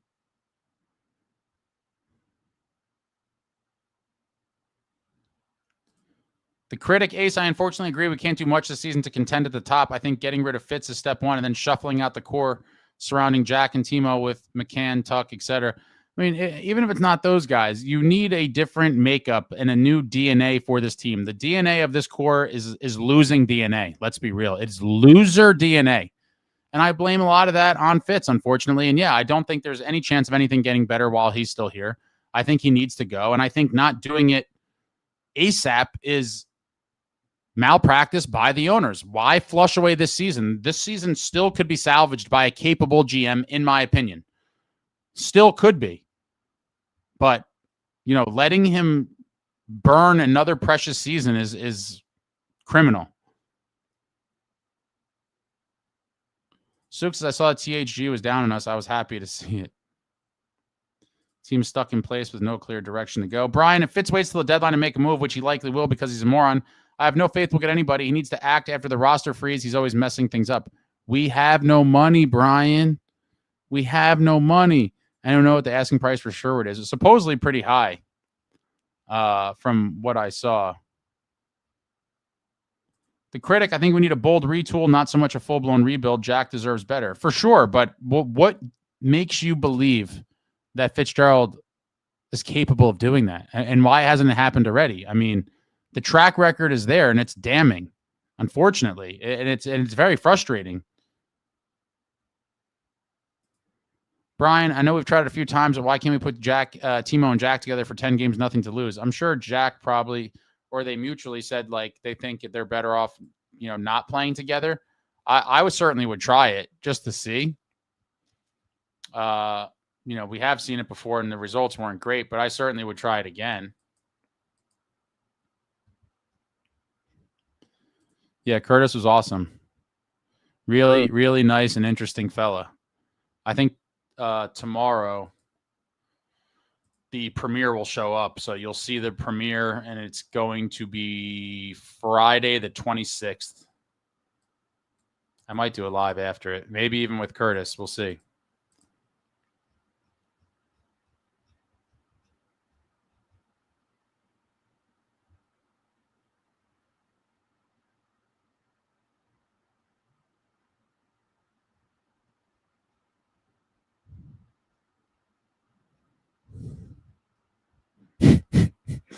We can't afford Sherwood. We can't even afford our current roster. That's the thing. That's when people now are just like guys, we don't even have money to activate Kovacevic. I'm tired of playing all these fancy, delusional hypothetical games. Like, we don't even have money to bring back Kovacevic. Like, where is all this money coming from to make these improvements to the team elsewhere?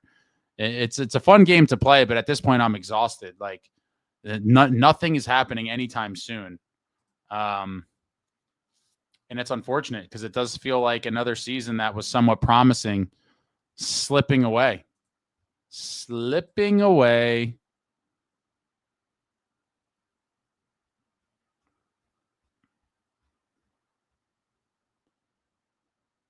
Justin says Jack Hughes is the heart and soul of the Devils. Probably. He's definitely the best player and drives the entire team as a result. The man from Jersey, we honestly need more out of Nico, and don't get me started on Dougie Hamilton. At this point, I'd trade him for a bag of chips if he agreed to be dealt. He's not going to agree. All right, guys, I'm so exhausted right now.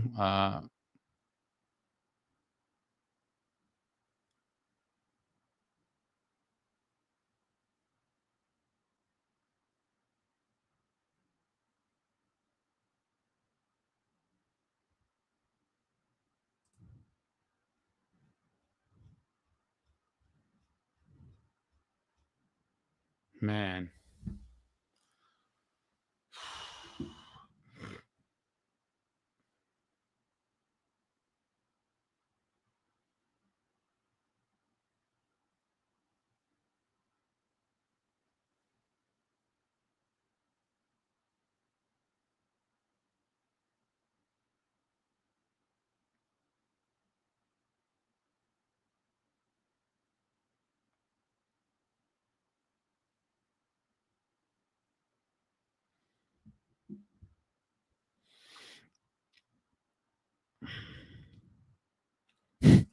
Snow Devil said we're not like the Leafs. At least they make the playoffs until they lost Marner. Man.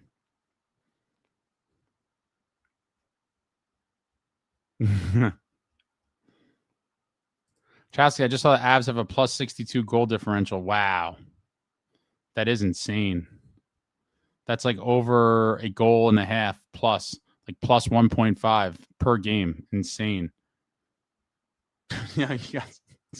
Heekram says, Jason, I know you're still in the chat. Just want to let you know you ruined Christmas. You guys are brutal. The 5-star, we are going to play Carolina round 1. Oh, man. I would just be devastated to see this team squeak into the playoffs only to get cracked. Absolutely cracked once again by the Carolina Hurricanes. I think I would lose it. I think it would put me over the edge. I'd still rather that happen than miss the playoffs. Don't get me wrong, but that would be certainly devastating. And lose again with this roster. Yeah, if they make the playoffs. Atomic level scored. Go get your shine box. Jason, Justin's Merry Christmas, everyone. Merry Christmas. Art Hughes. Oh.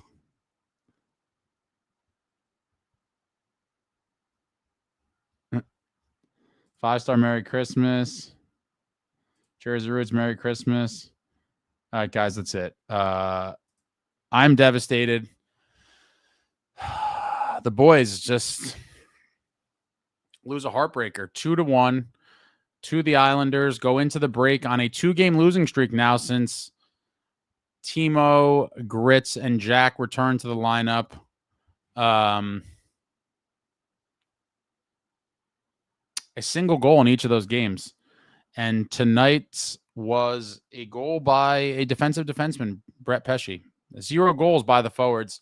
I wish I had the answers. I wish I said I thought there was some light on the horizon. But we're in dark times right now, guys. I don't know what to tell you. At least I know I'm going to eat some really good food the next couple days. But I will probably do a little pop-up something in the next couple days. Maybe even tomorrow and or Christmas Day. We'll see. Nothing too lengthy. I got a bunch of family stuff on the docket, but depending on, the news cycle and whatever else comes out, or, anything that may, I don't know, give me the strength or the itch to come on here and do a live. But like I said, Friday, there will be a premiere for the Curtis Gabriel interview that should be posted tomorrow. So keep an eye out for that. Comes out Friday, and there may be a live before or after with Curtis. Really nice guy. Very entertaining. But if we do not converse at any time before then, happy holidays, Merry Christmas. I'll be back very soon. As always, tons of things in the works. Hit the thumbs up for your boy on the way out. Oh, and that's it, guys. This team has just physically and mentally drained us all.